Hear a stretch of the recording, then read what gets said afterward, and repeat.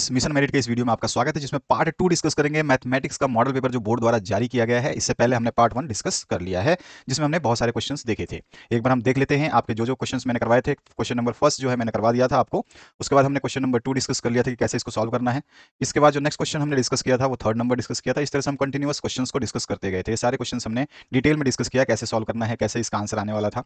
सारे क्वेश्चंस हम डिस्कस कर चुके हैं। तो इस तरह से ये हमने काफी क्वेश्चंस डिस्कस करे थे पार्ट 1 में, क्योंकि बहुत ज्यादा क्वेश्चन थे। हमने अथवा सभी क्वेश्चंस डिस्कस किए हैं।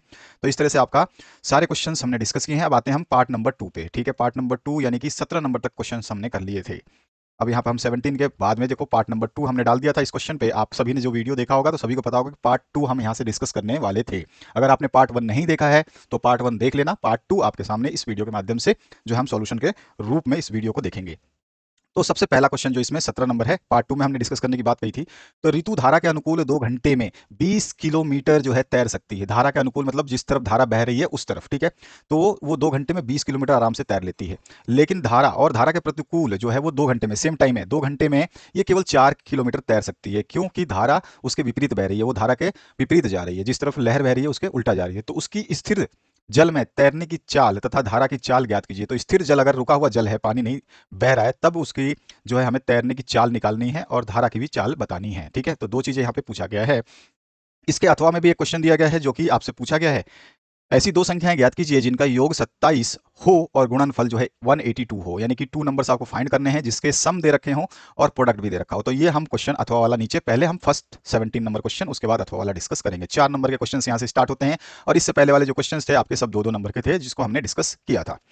तो यहाँ पे चलिए स्टार्ट करते हैं। सबसे पहले हमको समझना है कि इसमें दिया क्या गया है। तो वही चीज मैं आपको समझाने वाला था कि अनुकूल जो चल रही है उस आपके धारा के अंदर ऋतु, तो आराम से ये अनुकूल स्थिति में 20 किलोमीटर जा सकती है। लेकिन प्रतिकूल, उसके उल्टे दिशा में अगर वो तैरने की कोशिश करती है तो केवल 4 किलोमीटर ही तैरती है सेम समय में।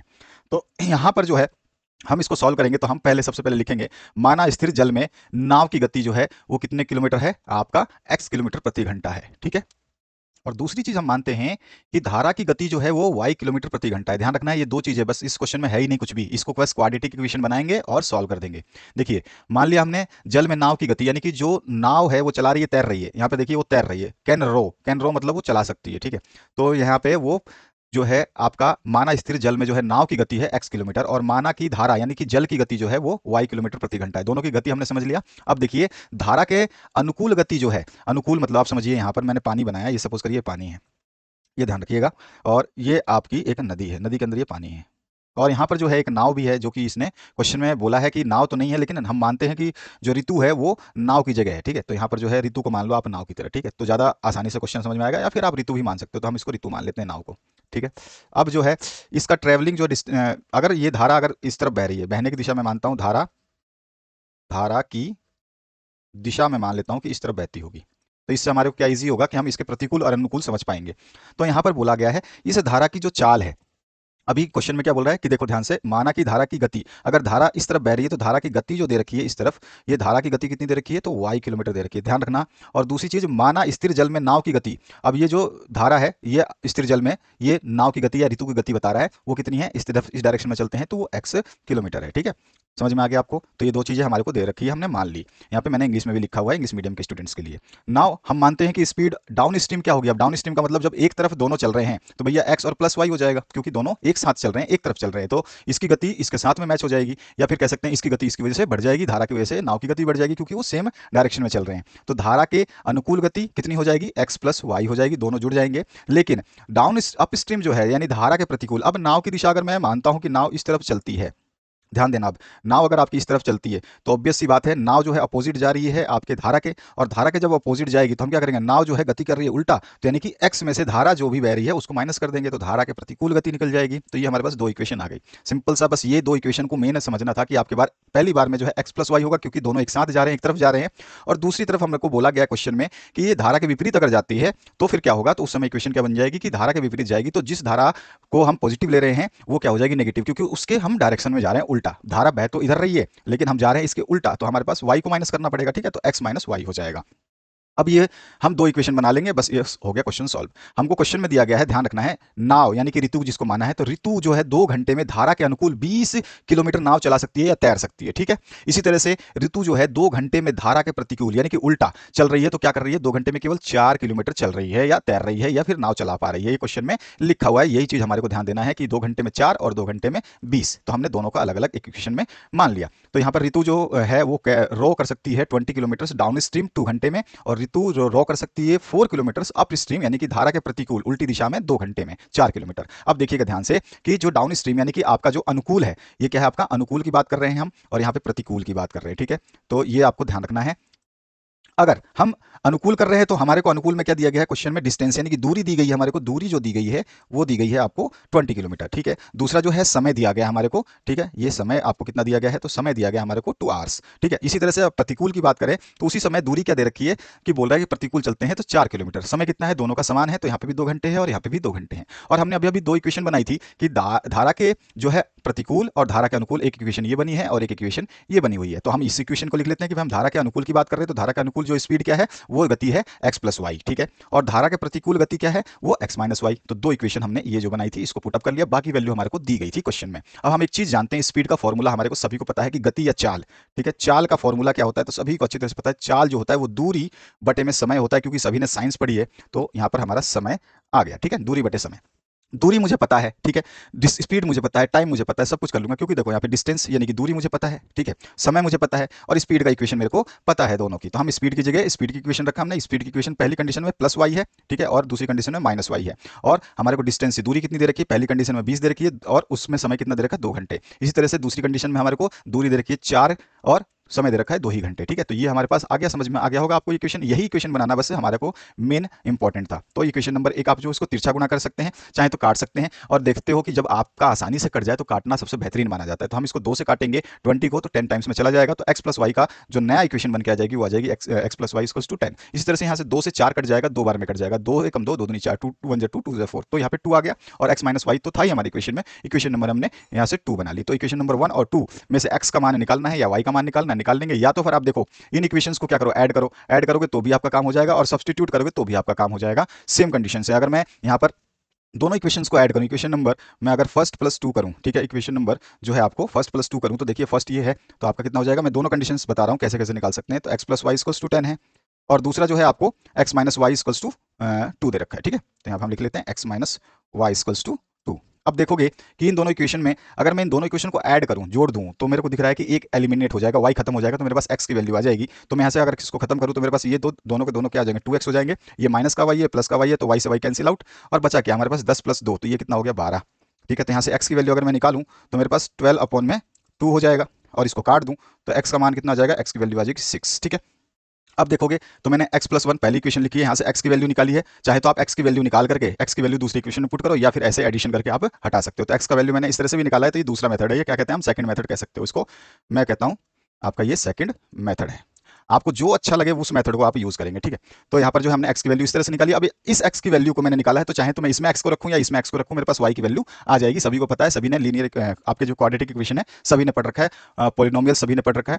तो यहाँ पे जो है यहाँ पे हमने सब्स्टिट्यूशन मेथड यूज किया है, यहाँ पे x का मान निकाल कर दूसरी इक्वेशन में हम x का मान रख देते हैं। यहाँ पे हमने डायरेक्ट x के मान जो है वैल्यूज में निकाला है, यहाँ पे x का मान इक्वेशन में मिला हुआ है, देखो यहाँ पे इक्वेशन बनी हुई है, और यहाँ पे हमारे को डायरेक्ट जो है आंसर की तरफ मिला हुआ है, ठीक है। तो हम जो है यहाँ से निकालें तो x माइनस 2 इक्वल्स टू 2 है, क्योंकि दूसरी इक्वेशन ये है x माइनस 2 इक्वल्स टू 2, तो इसमें x प्लस वाई में से मैंने जब x का वैल्यू निकाला तो इस x की वैल्यू को जो है इस इक्वेशन में रख दूंगा, यहाँ पर इस x की जगह रख दिया, तो आप देख रहे हो 10 माइनस वाई है, तो x की जगह क्या रखा 10 माइनस वाई, जो कि x की वैल्यू है यहाँ से, ठीक है। तो इस तरह से आप समझ चुके होंगे कि हम कहाँ से रख रहे हैं, इसको इस तरह से रख रहे हैं। अब जो है यहाँ पर इक्वेशन बनेगी तो y की वैल्यू जो आ जाएगी वो 4 आ रही है, तो हमने सबसे पहले अब यहाँ पे y की वैल्यू निकाली, जबकि इस इक्वेशन से हमने आराम से x की वैल्यू निकाल ली थी। अब y की वैल्यू है आप किसी भी इक्वेशन में पुट करिए, जैसे कि मैंने ये इक्वेशन बताई कि x की वैल्यू इसमें कहीं पुट करिए तो आपके पास y का मान आ जाएगा, तो डायरेक्ट हो जाएगा।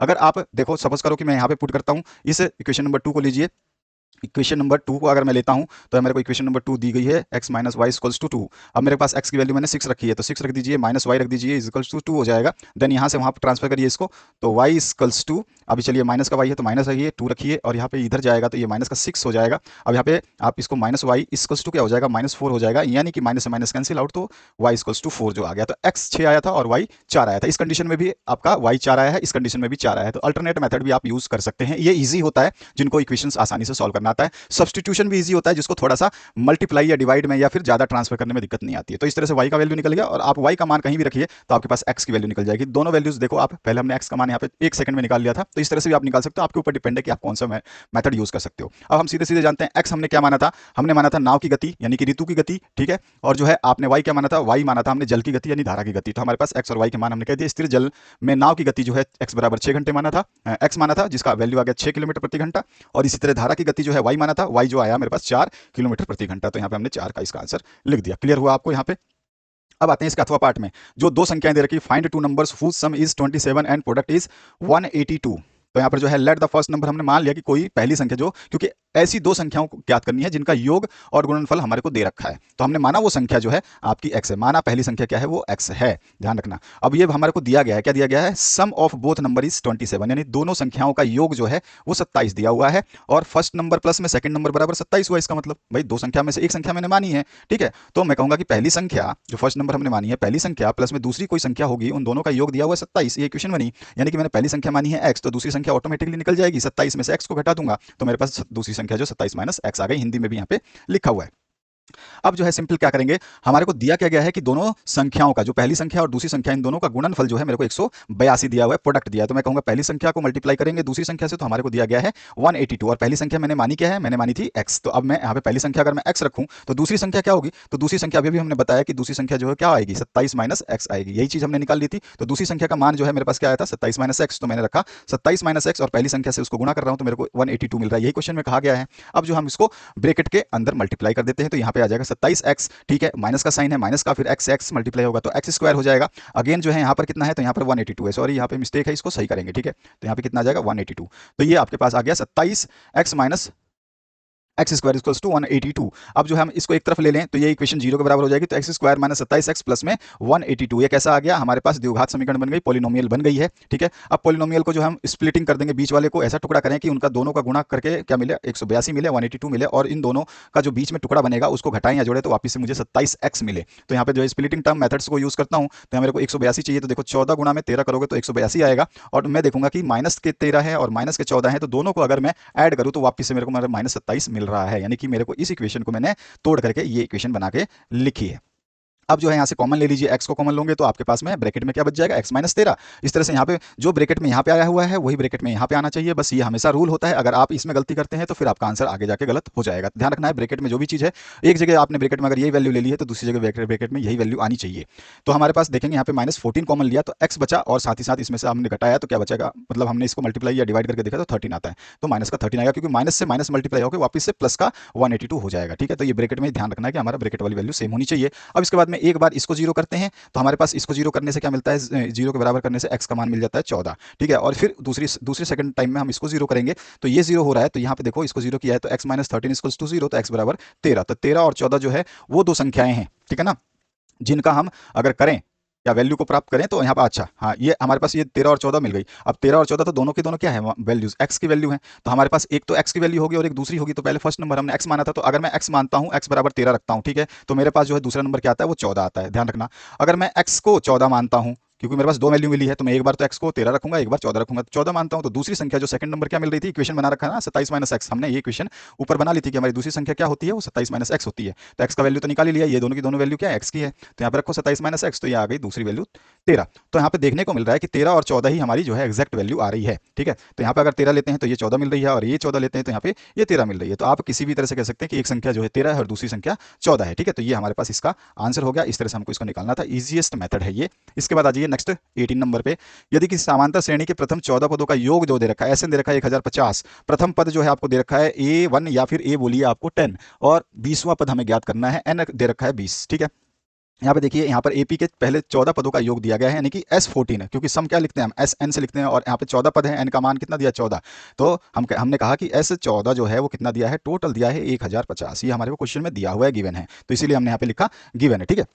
तो हमने कहा कि S14 जो है 1050 है और मेरे को पहला पद जो है ए दे रखा है वो 10 दे रखा है और यहाँ पर जो है 20वां पद ज्ञात करना है, जो यानी कि n की वैल्यू मेरे को 14 दे रखी है। ठीक है, सॉरी, यहाँ पर n की वैल्यू 14 दे रखी है क्योंकि हमारे पास ये SN होता है ना, तो ये हमारे पास 14 हो गई। ठीक है, तो हमारे पास यहाँ से ले लिया n की वैल्यू और जो है 1050 हमारे को इसका सम दे रखा है। तो हम सबसे पहले इस फॉर्मूले को जानते हैं यहाँ से, तो हम सम का फॉर्मूला जानते हैं n/2 2a plus n-1 into D होता है, ये सम का फॉर्मूला आता है। सभी जो आपके अर्थमेटिक प्रोग्रेशन का जो सम होता है, योग का फॉर्मूला हमारा ये होता है। ठीक है, अब यहाँ पर जो है हम इनमें सारी वैल्यूज रख देते हैं। तो यहाँ पे हमने n की वैल्यू 14 रख ली। ठीक है, ए की वैल्यू मेरे पास 10 दे रखी है क्वेश्चन में, तो 10 ले लिया हमने। उसके बाद जो है हमारे पास क्या निकलेगा यहाँ से, तो यहाँ पे सारवंतर डी निकालेंगे हमें। ठीक है, तो यहाँ पर जो है n का मान फिर से 14 रखा और इस तरह से हम करते जाएंगे सॉल्व। तो आसानी से आप जानते हो ये 14 जो है 2 से कट जाएगा 7 बार में, अंदर वाला दोनों मल्टीप्लाई होकर हो जाएगा 20 और यहाँ से मान लो 14 में से 1 गया तो 13 और 13 इंटू में डी है तो 13 डी आ गया। अब कुछ नहीं करना है, इसको आप मल्टीप्लाई करने की जगह क्या करोगे, इधर लेके डिवाइड कर दो, सबसे ईजी, मल्टीप्लाई करोगे फिर लंबा इक्वेशन बन जाएगा। तो यहाँ पे 7 जो इस पूरे से मल्टीप्लाई है, इस पूरे से 7 मल्टीप्लाई है, तो इस 7 को इधर डिवाइड किया और यहाँ बचा क्या, 20 प्लस में 13d ये बचा। अब यहाँ पे जो है इसको डिवाइड करते हैं 7 से, तो ये देखोगे 7 कट जाएगा आपका, क्योंकि 7 एकम 7 और फिर यहाँ पे 7 एकम 7 कट जाएगा ये, तो यहाँ पे क्या आ जाएगा, एक बार में जाएगा तो 10 में से 3 बचेगा, 3 मतलब ये 35 बन गया। तो यहाँ पे आ जाए 7 पंजे 35 और लास्ट में 0 तो था ही, तो ये हो गया आपका 150। तो यहाँ पे आ गया 150, 20 तो था ही, 13 है और फिर जो है 13d को एक तरफ ले लेंगे और संख्याओं को एक तरफ ले लेंगे दोनों। तो यहाँ पे 150 में से 20 को माइनस करा तो हमारे पास जो है 13d = 130 आया और जो कि टोटल मिला के d की वैल्यू हमने निकाला। तो यहाँ पे 13 से इसको डिवाइड करोगे तो 13 से डिवाइड करोगे तो ऑटोमेटिकली 13 से कट जाएगा 10 बार में, तो हमारे पास क्या आया, 10 जो है डी की वैल्यू आ गई। अब हमारे को जो है इसने क्या बोला है कि 20वां टर्म प्राप्त करना है। जब मेरे पास कॉमन डिफरेंस 20 डी की कमी थी, डी आ चुका है, तो मैं 20वां पद आसानी से निकाल सकता हूं क्योंकि मेरा फर्स्ट फॉर्मूला जो है ए एन का मुझे याद है, ए प्लस में n-1 इंटू डी होता है। मेरे पास ए एन भी दिया हुआ है, सॉरी ए एन तो मुझे निकालना है, ये 20वां पद तो निकालना है मुझे। ए मेरे को पता है, एन मेरे को पता है, ठीक है, और डी भी मैंने पता कर लिया अभी अभी। तो सारे को डाल देते हैं। तो हमारे को क्या दिया गया है, ए 10 दिया गया है, डी मैंने अभी अभी निकाला 10 है और एन हमारे को बोल रहा है 20वां पद हमें ज्ञात करना है। तो 20वें पद को हम लेके चलते हैं। यहाँ पर क्या हो जाएगा, आप वैल्यू रखिए इस फॉर्मूले में, ये सारा का सारा फॉर्मूला हम यूज करने वाले हैं। तो इस फॉर्मूले को जो हम यूज करके यहाँ पर यूज कर रहे हैं, तो यहाँ पे 20 हो गया, सारी वैल्यूज रखी। अब देखिए यहाँ पे ब्रैकेट के अंदर 20 में से 1 गया तो 19 आ गया, इंटू में 10 तो था ही, यहाँ पे प्लस में 10 है, इसको मल्टीप्लाई करेंगे 190 हो जाएगा, 190 प्लस में 10 कितना हो गया, 200। तो जो ए 20वां पद होगा, ए का हम कहें इस अर्थमेटिक प्रोग्रेशन का जो 20वां पद होगा वो 200 होगा। यही हमारा आंसर है, बस इतना सिंपल सा था। इसके बाद आइए नेक्स्ट क्वेश्चन जो आपको सिद्ध करना है, प्रूव करना है। आपको क्या दिया गया है, sine theta minus cos theta plus 1 upon में sine theta plus cos theta minus 1 equals to 1 upon में sec theta minus tan theta. तो हम जो है इसका LHS ले लेते हैं। ठीक है, LHS लेने के बाद में जो है सिंपल देखोगे, ध्यान से क्या करना है हमारे को, देखो यहाँ पे क्या दिया है आपको, ये दोनों वैल्यूज दी गई है। अगर मैं इनको क्या है कंबाइन करके और इसको चेंज करना चाहूं तो इससे बेहतरीन हमारा काम क्या होगा कि ये ईजी हो जाएगा। तो हम क्या करते हैं, इसको कोस से डिवाइड करते हैं। कोस थीटा से डिवाइड करने का फायदा क्या होगा कि 1 अपॉन में, क्योंकि हम इसको डिवाइड कर रहे हैं तो इसके नीचे लिखना चाहो तो लिख लो या फिर साइड में लिखोगे तो बेहतरीन होगा। तो 1 अपॉन में कोस थीटा। अब इसका मतलब क्या है कि साइन के नीचे कोस आ जाएगा, कोस के नीचे कोस आ जाएगा, तो हमारे पास ये इक्वेशन ईजी हो जाएगी। तो हम यहाँ पे इसको नीचे ऊपर दोनों को एक तरह से डिवाइड कर देते हैं 1 अपॉन कोस थीटा से। तो जैसे ही हम कोस थीटा से इसको डिवाइड करेंगे तो आप देख रहे हो 1 अपॉन में कोस थीटा जो है यहाँ पर आपका साइन से मल्टीप्लाई होकर क्या बन जाएगा, साइन अपॉन में कोस थीटा। इसी तरह से ये वाला कोस जो है मल्टीप्लाई होकर क्या हो जाएगा, कोस बाई कोस थीटा। तो पहला और दूसरा, और प्लस में 1 है तो प्लस 1 को जो है 1 को जो है आप इससे मल्टीप्लाई करोगे तो ये आ जाएगा 1 अपॉन में कोस थीटा। तो तीनों आ गए। इसी तरह से नीचे वाला भी हमारा हो जाएगा, तीनों को तीनों कर देंगे। अब हमारे को एक चीज पता है कि साइन बाई कोस क्या होता है, tan होता है। ठीक है, और कोस बाई कोस क्या होता है, काट दोगे तो 1 आ जाएगा। ठीक है, और 1 बाई कोस को हम जो है सेक थीटा भी लिख सकते हैं। फॉर्मूला होता है 1 by cos theta equals to आपका सेक थीटा। ठीक है, तो ये फॉर्मूला हमारे को पता ही है। अब जो है आप यहाँ पे इसको tan में कन्वर्ट कर दिया, आपने इसको डिवाइड कर दिया, तो नीचे वाला भी सेम सिस्टम है आपका, साइन बाई कोस है तो tan हो जाएगा, ये प्लस का 1 है, और यहाँ पे 1 बाई कोस है तो ये भी आपका क्या हो जाएगा, कॉस सेक थीटा हो जाएगा। ठीक है, अब आते हैं हम नेक्स्ट पार्ट पे। अच्छा, इसको करेक्ट कर लीजिए, यहाँ पर मिस्टेक हो गया ना, तो इसको हम जो है सेक थीटा कर देंगे। ठीक है, तो हमारे पास क्या आ गया, tan थीटा और ये प्लस का सेक थीटा है तो एक साथ में इन दोनों को कर लिया, और इसी तरह से नीचे वाला जो है माइनस का सेक थीटा है तो इसको एक साथ कर लिया। अब जो हमारा प्लस का और माइनस का वन लास्ट में चला गया, तो हम इसको क्या कर लेंगे, सिंपली जो है tan theta minus sec theta से, क्योंकि दोनों तरफ यही चीज है तो इसे हम डिवाइड कर देते हैं। ठीक है, तो जो है हम डिवाइड करेंगे, मल्टीप्लाई करेंगे तो आसानी से जो हमारा अंश और हर में इससे गुणा और भाग देने पर, तो हमने इसको अंश और हर में जो है इसको भाग दिया। और आपके पास जो इक्वेशन थी वो एज इट इज है, पहली वाली और दूसरी वाली जो कि ऊपर दी गई है। अब इससे जब आप मल्टीप्लाई करोगे तो क्या हो जाएगा, यहाँ पर देखोगे कि ये पूरा का पूरा हमने ब्रैकेट यूज कर लिया, tan थीटा प्लस में सेक थीटा, इसमें से -1 हमने बाहर कर लिया। ठीक है, वो इसका रीजन है कि हमारी इक्वेशन जो है सही हो जाए। अब जो है इसको -1 ले लिया और नीचे वाले प्लस को भी बाहर कर दिया, तो इस तरह से हमारे पास ये फर्स्ट इक्वेशन और सेकंड इक्वेशन वैसी की वैसी, बस केवल हमने -1 और +1 को बाहर ले लिया। बाकी सेक और जो इक्वेशन है tan माइनस सेक वाली, उसको हमने एज इट इज रखा। अब जो है यहाँ पर हम उसका यूज करेंगे, तो यहाँ पे देखो tan theta plus sec theta, ठीक है, ये टोटल है और इससे मल्टीप्लाई हो रहा है, तो ये हो गया tan theta plus sec theta into tan theta minus sec theta. ठीक है, और फिर आपका -1 है तो हमने ये -1 यहाँ पे रखा और इसके साथ जो है ये मल्टीप्लाई हो रहा है tan theta minus sec theta, तो tan theta minus sec theta जो है मल्टीप्लाई कर दिया।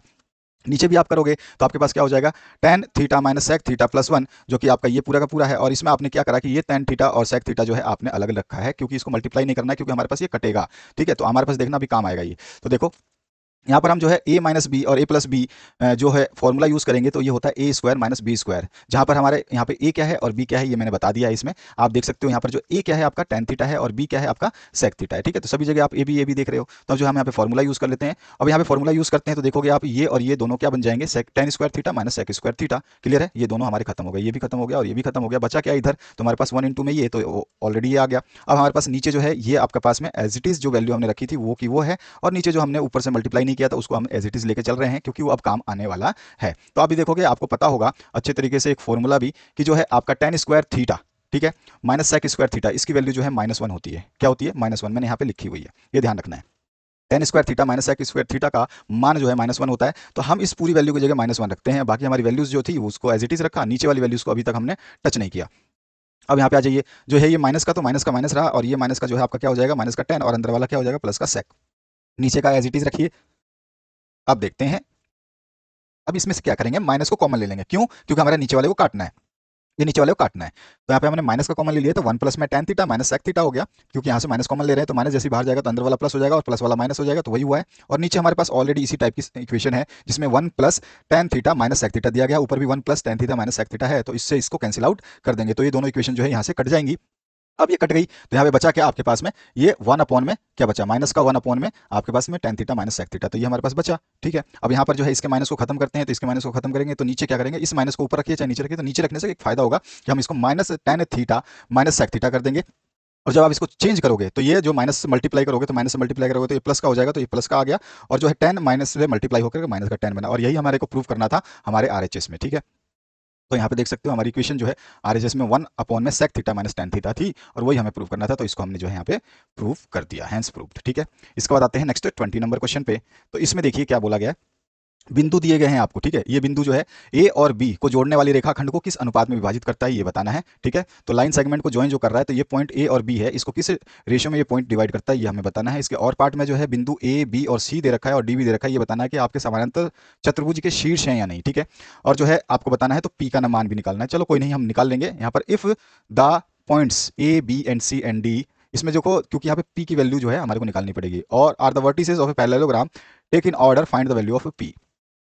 तो यहाँ पे सबसे पहले वाला जो है किस अनुपात में डिवाइड करेगा उसकी बात करते हैं, तो हम मान लेते हैं के और एक अनुपात में डिवाइड करेगा। पहला वाला जो 20 नंबर क्वेश्चन है इसकी हम बात कर रहे हैं। तो यहाँ पे हमने ए बी और सी की वैल्यूज लिख दी, और हमने माना कि जो गिवन पॉइंट्स है वो ए बी सी मान ली। ठीक है, चाहे उसमें दे भी रखा है वही चीज़ है।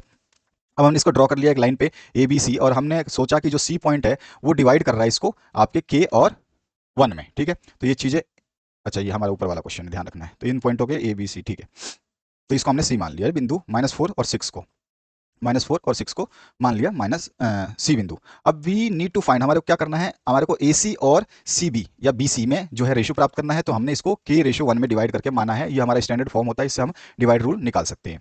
अब जो है हमने माना कि जो रेशियो है वो के रेशियो 1 है। ठीक है, यानी कि m1 जो ये रेशियो होगा ये किसके बराबर होगा, m1 के, और ये वाला रेशियो कितना होगा, m2। हमारा रेशियो फॉर्मूला यहाँ पे यूज आ जाएगा। अब तो m1 कितना हो गया के, और m2 कितना हो गया 1, और जो है यहाँ पर x1 कितना हो गया, तो यहाँ पर देख सकते हो आप, ये आपका x1 है और ये y1 है। तो x1 कितना हो गया आपका -6, और y1 कितना हो गया 10।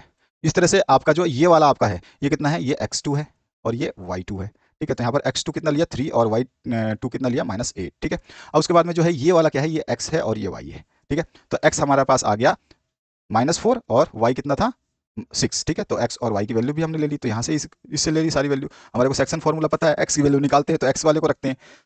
तो इसका फॉर्मूला क्या होता है, m1, हम इसको याद करने का फॉर्मूला और बता देता हूँ। ये x का x बराबर आप लेते हो तो सबसे पहले आप m1 लिखो और कहीं दूर पे m2 लिखो। ठीक है, ये m1 और m2, और बीच में जो है आप इसके प्लस का साइन लगा दो, और नीचे लिख देना है आपको m1 प्लस m2। अब जो है जहां पर m1 है वहां पर x1 नहीं आएगा, यहाँ पे क्या आएगा x2 आएगा, और जहां पे m2 है वहां पर क्या आएगा x1 आएगा। ये ध्यान रखना है, बस ये फॉर्मूला याद करने का सिंपल सा फंडा है। m1 और m2 तो ऊपर नीचे लिखना ही है, बस x2 और x1 का ध्यान रखना। जहां पे 1 है वहां 2 रहेगा, जहां पे 2 है वहां पे 1 रहेगा, बस ये सिंपल सा फंडा है। अब यहाँ पे मेरे पास सारे x1 और x2 की वैल्यूज हैं, उन सभी को मैं पुट करता हूँ। x की वैल्यू मेरे पास -4 है जो कि हमने बीच वाली ली है, और सारी की वैल्यू, केवल k की वैल्यू नहीं है, जहां पर x2 हमने k माना है वो हमारी वैल्यू नहीं रहेगी, बाकी सब कुछ रहेगा। तो हमारे पास हमने इक्वेशन में पुट करा, m1 का मान हमने एक तरफ रखा है k और एक तरफ रखा है 1, तो हमने रखा k और 1। इसके बाद यहाँ पर सीधा सीधा क्या है, इसको सॉल्व करते हुए हमारे पास जो इक्वेशन बनेगी कुछ इस तरह से बढ़ते हुए, क्योंकि हम इसको क्रॉस मल्टीप्लाई करेंगे और इक्वेशन बनते हुए हमारे को के का जो वैल्यू देगी वो 2/7 दे देगी। ठीक है, तो यहाँ पर जो है वैल्यू, क्योंकि माइनस से माइनस कैंसिल आउट हो जाएगा तो के की वैल्यू आ जाएगी 2/7। ठीक है, तो रेशो जो k/1 का था वो क्या हो जाएगा, के की जगह हमारे पास के की वैल्यू आ गई है, तो हम के की वैल्यू का यहाँ पे पुटअप कर देंगे, तो 2/7 जो है ये हो जाएगा। आप चाहे तो इसको मल्टीप्लाई करके रैशनलाइज कर सकते हैं, इसको दोनों तरफ मल्टीप्लाई करोगे तो इसका अपॉन वाला हट जाएगा, तो इसको 7 से मल्टीप्लाई करेंगे तो 2 अपॉन में 7 से 7 कट जाएगा और ये 7, तो यानी कि रेशो जो बन जाएगा वो 2/7 बन जाएगा, क्योंकि रेशो जो है अपॉन की फॉर्म में सही नहीं रहेगा, इसलिए आप इसको सॉल्व कर देंगे। कोई इशू नहीं है, बहुत सिंपल सा है, जो भी नीचे आएगा उससे मल्टीप्लाई कर दीजिएगा, कट जाएगा एक दूसरे से, और कटने के बाद जो बचेगा वो आपका रेशो हो जाएगा और दूसरे में मल्टीप्लाई करोगे वो रेशो हो जाएगा, तो हमारा रेशो जो है 2/7 आएगा। इसके बाद नेक्स्ट क्वेश्चन की बात करते हैं। इसमें जो अथवा पार्ट है, यदि बिंदु ए बी, अच्छा ठीक है, हमारे पास ये जो है पी का मान निकालना था, क्योंकि ये चतुर्भुज जो है समांतर दिया गया था, तो हमने समांतर चतुर्भुज बना लिया और इसके जो है चारों जो हमारे को ऑप्शंस दिए गए हैं ए बी सी डी के, उनको हमने रख दिया। ठीक है, अब हम जानते हैं कि इनके जो है आपका कोई पैरेललोग्राम होता है, इसमें जो है विकर्ण भी होता है आपका। ठीक है ना, तो यहाँ पर जो है हम इसको लेते हैं डायगोनल को, सबसे पहले पॉइंट्स लिख लिए ए बी और सी और डी, सारे के सारे जानते हैं हम। इसके बाद हम एक ये भी चीज़ जानते हैं कि जो इनके डायगोनल्स होते हैं जो एक दूसरे को काटते हैं, तो इनकी जो साइड्स है ना ये बराबर हो जाती है, इसका मतलब ये बराबर ये होगा और इसके बराबर जो है ये होगा। ठीक है, बराबर, यानी कि ये 4 है तो ये भी 4 होगा और ये 2 है तो ये भी 2 होगा, तो इस तरह से ये बराबर में डिवाइड करता है।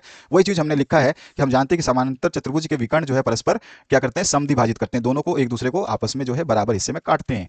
तो हम कह सकते हैं कि जो यहाँ पर काटने वाला पॉइंट है इन सभी के लिए क्या मध्य बिंदु बन जाएगा भाई। अगर मैं लाइन ए सी लूँ तो इसका मध्य बिंदु ओ है, अगर मैं लाइन डीपी या बीडी लूँ तो भी इसका मिड पॉइंट ओ हो जाएगा। तो हम मिड पॉइंट आराम से समझ चुके हैं कि मिड पॉइंट जो है वो हमारा ओ हो जाएगा। तो हम कह सकते हैं कि हम जो है एसी और बीडी दोनों से जो है ओ का एक्स निर्देशांक ज्ञात कर लेंगे, ओ पर जो भी एक्स निर्देशांक आएगा उसको हम ज्ञात कर लेंगे। तो हम जो है फाइंड कर लेते हैं एसी का मिड टर्म, एसी हमारे पास ये है, इसका मिड टर्म ज्ञात करने का फॉर्मूला जानते हो, किसी भी चीज का जब आपको यहाँ पर एक लाइन दे रखी है और उसका मध्य बिंदु निकालना होता है तो हम क्या करते हैं कि हम जो है दोनों बिंदुओं के जो शीर्ष होते हैं उनको जोड़ देते हैं, एक्स प्लस वाई होता है अपन में 2 कर देते हैं। ठीक है, तो ये हमारे पास मिड पॉइंट मेथड होता है। तो हम जो है एक्स कोऑर्डिनेट निकालना चाहते हैं तो एक्स एक्स जोड़ लेंगे, तो यहाँ पे देखिए हमारे पास क्या हो जाएगा, यहाँ पर x1 कौन सा हो जाएगा आपका x1, तो यहाँ पर जो है ये वाला आपका x1 है और ये वाला क्या हो जाएगा आपका y1 है, और यहाँ पे क्या हो जाएगा, ये उस समय जब हम इस लाइन को ले रहे हैं तो ये आपका x1 हो जाएगा, सॉरी x2 हो जाएगा और ये आपका y2 हो जाएगा। तो अब हमारे को AC की लाइन की बात हो रही है इसलिए AC को मानेंगे, जब BC को मानेंगे BD को मानेंगे तो BD के कोऑर्डिनेट्स फिर x1 और y1 ले लेंगे।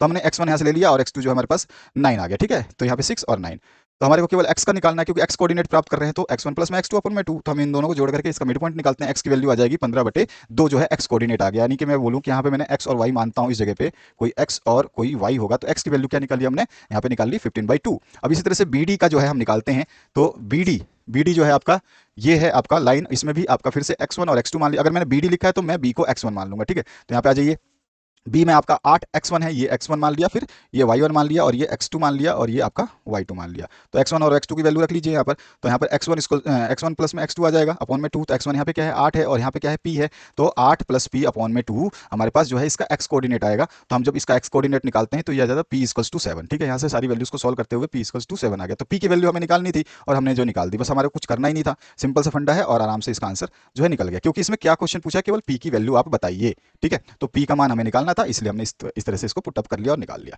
इसके बाद आते हैं नेक्स्ट क्वेश्चन पे। अच्छा सॉरी, क्वेश्चन आपका जो यहाँ पर 1 मिनट देखिए, एक चीज क्या हो गया, देखिए आपका जो इक्वेशन नंबर फर्स्ट था वो x के कोऑर्डिनेट आ गया और हमारा जो है x कोऑर्डिनेट o पॉइंट पे, इस तरह से हमने इसका भी निकाला तो इसका भी x कोऑर्डिनेट आ गया, वो भी o पॉइंट पे। ठीक है, तो x कोऑर्डिनेट o पॉइंट पे आ गया। अब दोनों o पॉइंट के ही कोऑर्डिनेट है तो दोनों क्या होंगे, इक्वेशन नंबर फर्स्ट और सेकंड क्या हो जाएंगे, बराबर हो जाएंगे, इक्वेशन नंबर 2 मान लीजिए।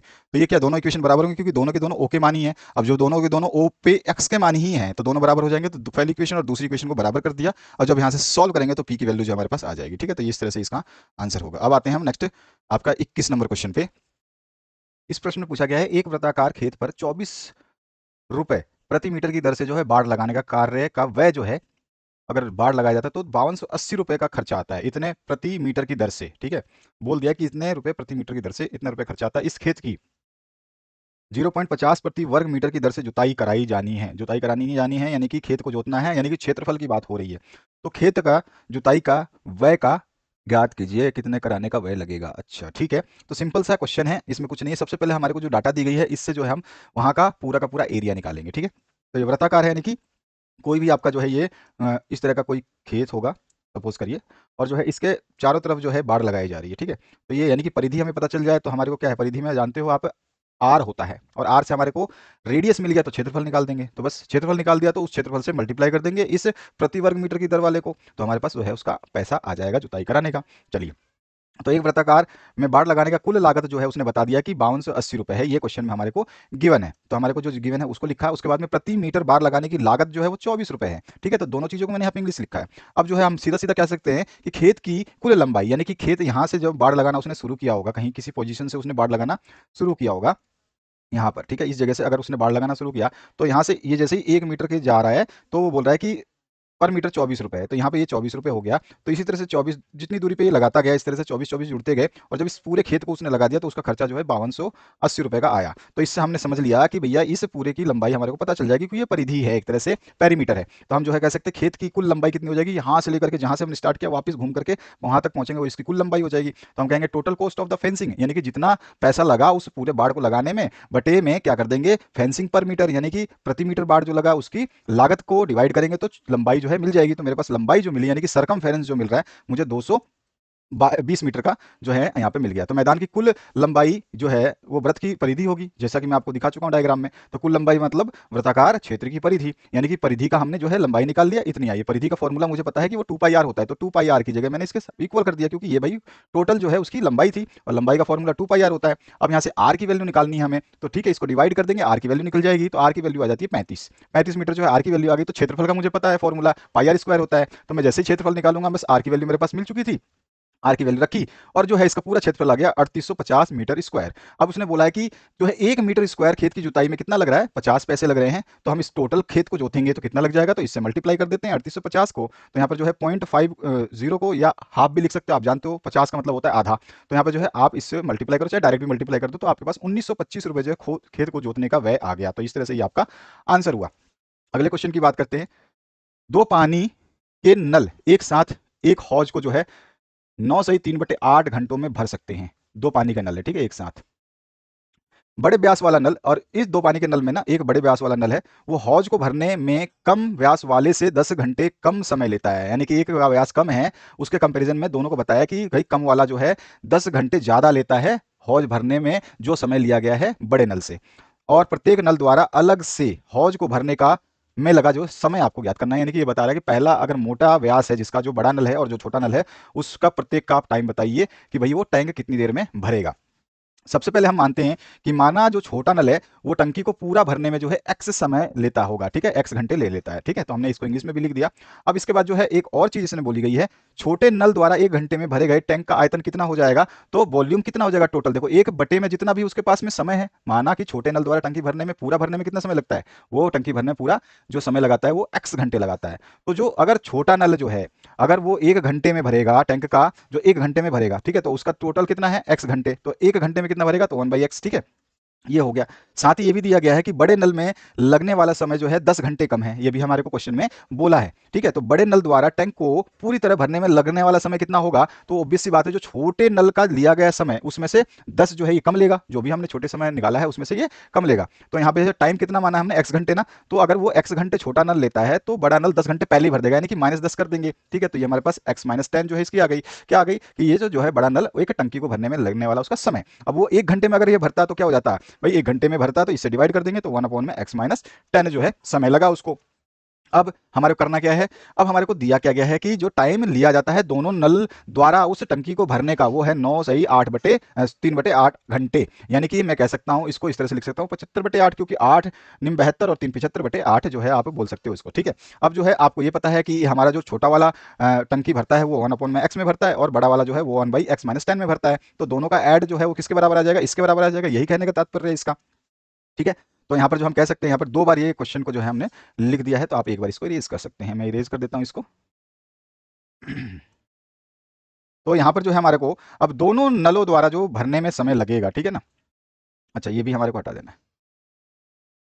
तो हमने कहा कि जो है 78/8 घंटे में छोटे नल द्वारा भरा जाएगा। तो कितना छोटा नल का है 1/x, और जो है 75/8, सॉरी 75/8 है, 75/8 से उसको मल्टीप्लाई कर देंगे, भाई जितना समय था उतना उसने लिया स्मॉलर टैप ने। इसी तरह से आप जो है दूसरे पार्ट का भी कर देंगे, तो ये हो गया हमारे पास। और जो है आपका हमारे को पता है कि जो बड़ी वाली टंकी है उसका था 1 घंटे में जो है 1/x-10 में भरता था, तो ये 75/8 आवर्स में जो है लार्जर टैप कितना भरेगा, तो इससे भी इसको मल्टीप्लाई कर देंगे, तो इसका आ जाएगा 75/8 इंटू x-10। अब जो है छोटे नल से भरा टैंक प्लस बड़े नल से बड़ा टैंक बराबर 1 है, क्योंकि टोटल जो है उसकी वैल्यू एक ही आएगी ना। तो यहाँ पे देखो tank filled by the smaller tip और tank filled by the larger tip, तो हमारे को स्मॉलर का भी पता है और लार्जर का भी पता है, दोनों को ऐड करेंगे तो हमारे पास टोटल वैल्यू 1 है। अब जो है इसका हम कर लेंगे इक्वेशन को सॉल्व। तो यहाँ पर जो है इस इक्वेशन को सॉल्व करने के लिए क्या करना है, सिंपली जो है आप देख सकते हैं कि वो 75/8 है ना, जो इसमें भी है और इसमें भी है, तो दोनों में से कॉमन ले लो, तो यहाँ पे क्या बचेगा 1/x बच जाएगा, और यहाँ पे प्लस का साइन है उसके साथ में क्या बच जाएगा 1/x-10, तो 1/x-10 दोनों में कॉमन चीज थी ये। अब जो है हम इसको 1 के इक्वल लेके चल रहे हैं। अब जो है आप सीधा सीधा क्या करो कि इस 75/1 को उधर ले जाओ, जब आप उधर ले जाओगे तो ये इससे 1 से डिवाइड हो जाएगा, डिवाइड होगा तो ऊपर का नीचे, नीचे का ऊपर हो जाएगा, तो ये 8/75 हो जाएगा। इक्वेशन हमारी x x एक तरफ हो जाएगी और बिना x वाली टर्म एक तरफ हो जाएगी। अब जो है पहले x वाले को सॉल्व कर लेंगे, तो यहाँ पे कितना हो जाएगा, ये प्लस का x है, ध्यान रखना है, ठीक है, ये भी प्लस का x है, तो प्लस प्लस x 2x हो गया, और ये माइनस का 10 है, नीचे वाला x स्क्वायर हो जाएगा और अंदर जो है 10x हो जाएगा। अब इसको क्रॉस मल्टीप्लाई कर लेंगे तो इक्वेशन कुछ इस तरह से बन जाएगी। अब जो हमारी क्वाड्रेटिक इक्वेशन के फॉर्म में आएगी, और इसको हम ब्रैकेट को जो है सॉल्व कर लेंगे, चाहे तो आप कैसे भी कर लीजिए, आपकी मर्जी के ऊपर डिपेंड है वो। तो हमारा जो है इस तरह से क्वाड्रेटिक इक्वेशन सॉल्व करते चलते हमारे पास इक्वेशन जो बनेगी 8x² - 230x प्लस में 750। इस इक्वेशन को हमने जब सॉल्व किया तो हमारे पास ये इक्वेशन आ गई। अब इक्वेशन को जो मैंने बताया था आपको, अगर आपको निकालना है वैल्यू, तो आप जो है इतनी बड़ी इक्वेशन है तो इसको मिडिल टर्म स्प्लिट मेथड से तो कर नहीं सकते, करने में बहुत समय लग जाएगा और शायद ना भी बन पाए, तो हम क्या है इसमें डिस्क्रिमिनेंट यूज कर लेंगे, द्विघात विधि से जो इसको हम हल कर देंगे, ठीक है। मेरे को ए की वैल्यू इस इक्वेशन से पता है कि 8 है, ठीक है। हमारे पास बी की वैल्यू है जो आपकी -230 है, सी की वैल्यू 750 है, तो ए बी सी की वैल्यू जो हमने लिख ली, इसकी कंपेरिजन कर ली, इसे समीकरण की तुलना कर ली स्टैंडर्ड इक्वेशन से। अब जो हमारे को डिस्क्रिमिनेंट का एक छोटा सा फॉर्मूला होता है b² - 4ac, तो मैं सारे के सारे वैल्यूज रख लेता हूं, तो डी की वैल्यू क्या आ गई 28,900, ठीक है, 28,900। तो समीकरण का जो मूल है वो निकल जाएगा हमारे पास। अब जो समीकरण का मूल निकलेगा तो हम इसको जो है रूट के रूप में ले लेते हैं, क्योंकि x का मान हमें निकाल लेना है, तो यहाँ पे x के 2 मान निकलेंगे, जो पॉजिटिव वो ले लेंगे, तो यहाँ पे -b plus minus under root में डिस्क्रिमिनेंट होता है, यानी कि यहाँ पे क्या होता है b² - 4ac होता है, तो b² - 4ac तो हमारे पास यही है, ठीक है। और इसकी वैल्यू कितनी आई है, ये आई है, तो इसकी वैल्यू को हम यहाँ पे रख देंगे, बाकी को हमको कुछ करना नहीं है, -b का वैल्यू मेरे पास पता है, b की वैल्यू पता है और a की वैल्यू पता है, दोनों को पुट करा। अब जो है इस समीकरण को जो है हम सॉल्व कर देंगे आराम से। इसमें जो है 289 को ब्रेक करके हमने 100 ले लिया, ताकि हमारे को ईजी हो पाए, क्योंकि 100 का हम तो जानते हैं, तो इस तरह से। और 289 मैंने कहा था 20 तक आप याद कर लेना, तो ये आपके पास में इसका आ जाएगा 17, ठीक है। तो यहाँ पे 17 आ गया, इसका 10 आ गया, बाकी की चीज़ों को हमने एज इट इज रखा। अब 70 को स्क्वायर है इसमें, तो स्क्वायर हटाएंगे तो रूट भी हट जाएगा, यहाँ पे भी स्क्वायर हटाएंगे तो रूट हट जाएगा, तो 170 आ जाएगा, ये प्लस माइनस में। अब एक बार जो है प्लस का ले लीजिए, एक बार माइनस का ले लीजिए, एक बार मैंने प्लस लिया तो मेरे पास x का मान 25 आया, और एक बार जब माइनस लिया तो एक बार है 15/4 आया।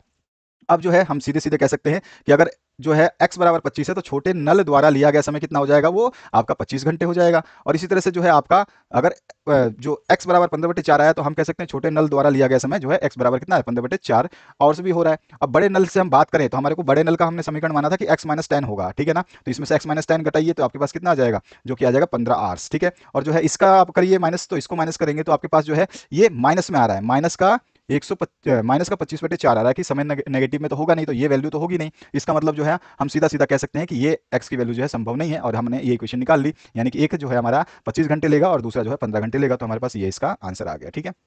आते हैं नेक्स्ट क्वेश्चन की तरफ।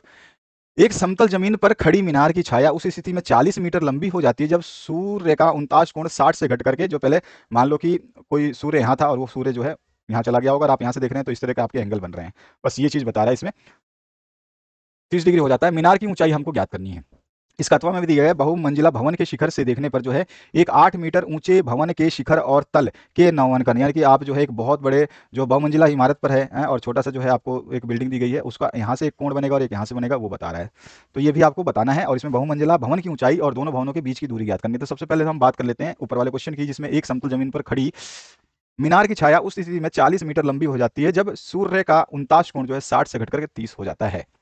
यहाँ पे देखिए, सपोज करिए कि यहाँ पे सूर्य था, ठीक है, ये आपका सूर्य है, और ये सूर्य कहीं जो था पहले थोड़ा बहुत इधर उधर होगा, तो पहले कंडीशन में जब था तो उसका जो है 60 डिग्री था, ठीक है। अब जो है वो थोड़ा सा इधर उधर सरका, तो उसका कोण जो है परछाई जो बनी वो 30 डिग्री बनी। तो ये बताया कि जो है पहले जब 60 था वो घट करके 40 मीटर सरक करके कितना हो जाता है, 30 डिग्री हो जाता है। इसने इस क्वेश्चन में आपको देखो ध्यान से, एक स्थिति में जो है उस छाया की स्थिति जो है 40 मीटर लंबी हो जाती है जब सूर्य का कोण जो है 60 से घट करके 30 हो जाता है। तो 60 से जब 30 होता है तब जो है वो मीटर कितनी हो जाती है लंबी, 40 मीटर। तो पहले जो थी यहाँ पे कोई मान लो वो चीज थी, और जो सूर्य का कोण इस ए बी का जो है छाया बना रहा था वो 60 डिग्री पे बना रहा था, लेकिन जब ये सूर्य थोड़ा बहुत इधर उधर हुआ तो इसी ए बी की छाया जो है वो बन गई आपकी डी तक, ठीक है। और जो है पहले सी तक बनी थी, तो सी से वो डी तक की, यानी कि उसकी लंबाई कितनी बढ़ गई, 40 सेंटीमीटर जो है पहले जो छाया थी उससे 40 सेंटीमीटर 40 मीटर बढ़ गई।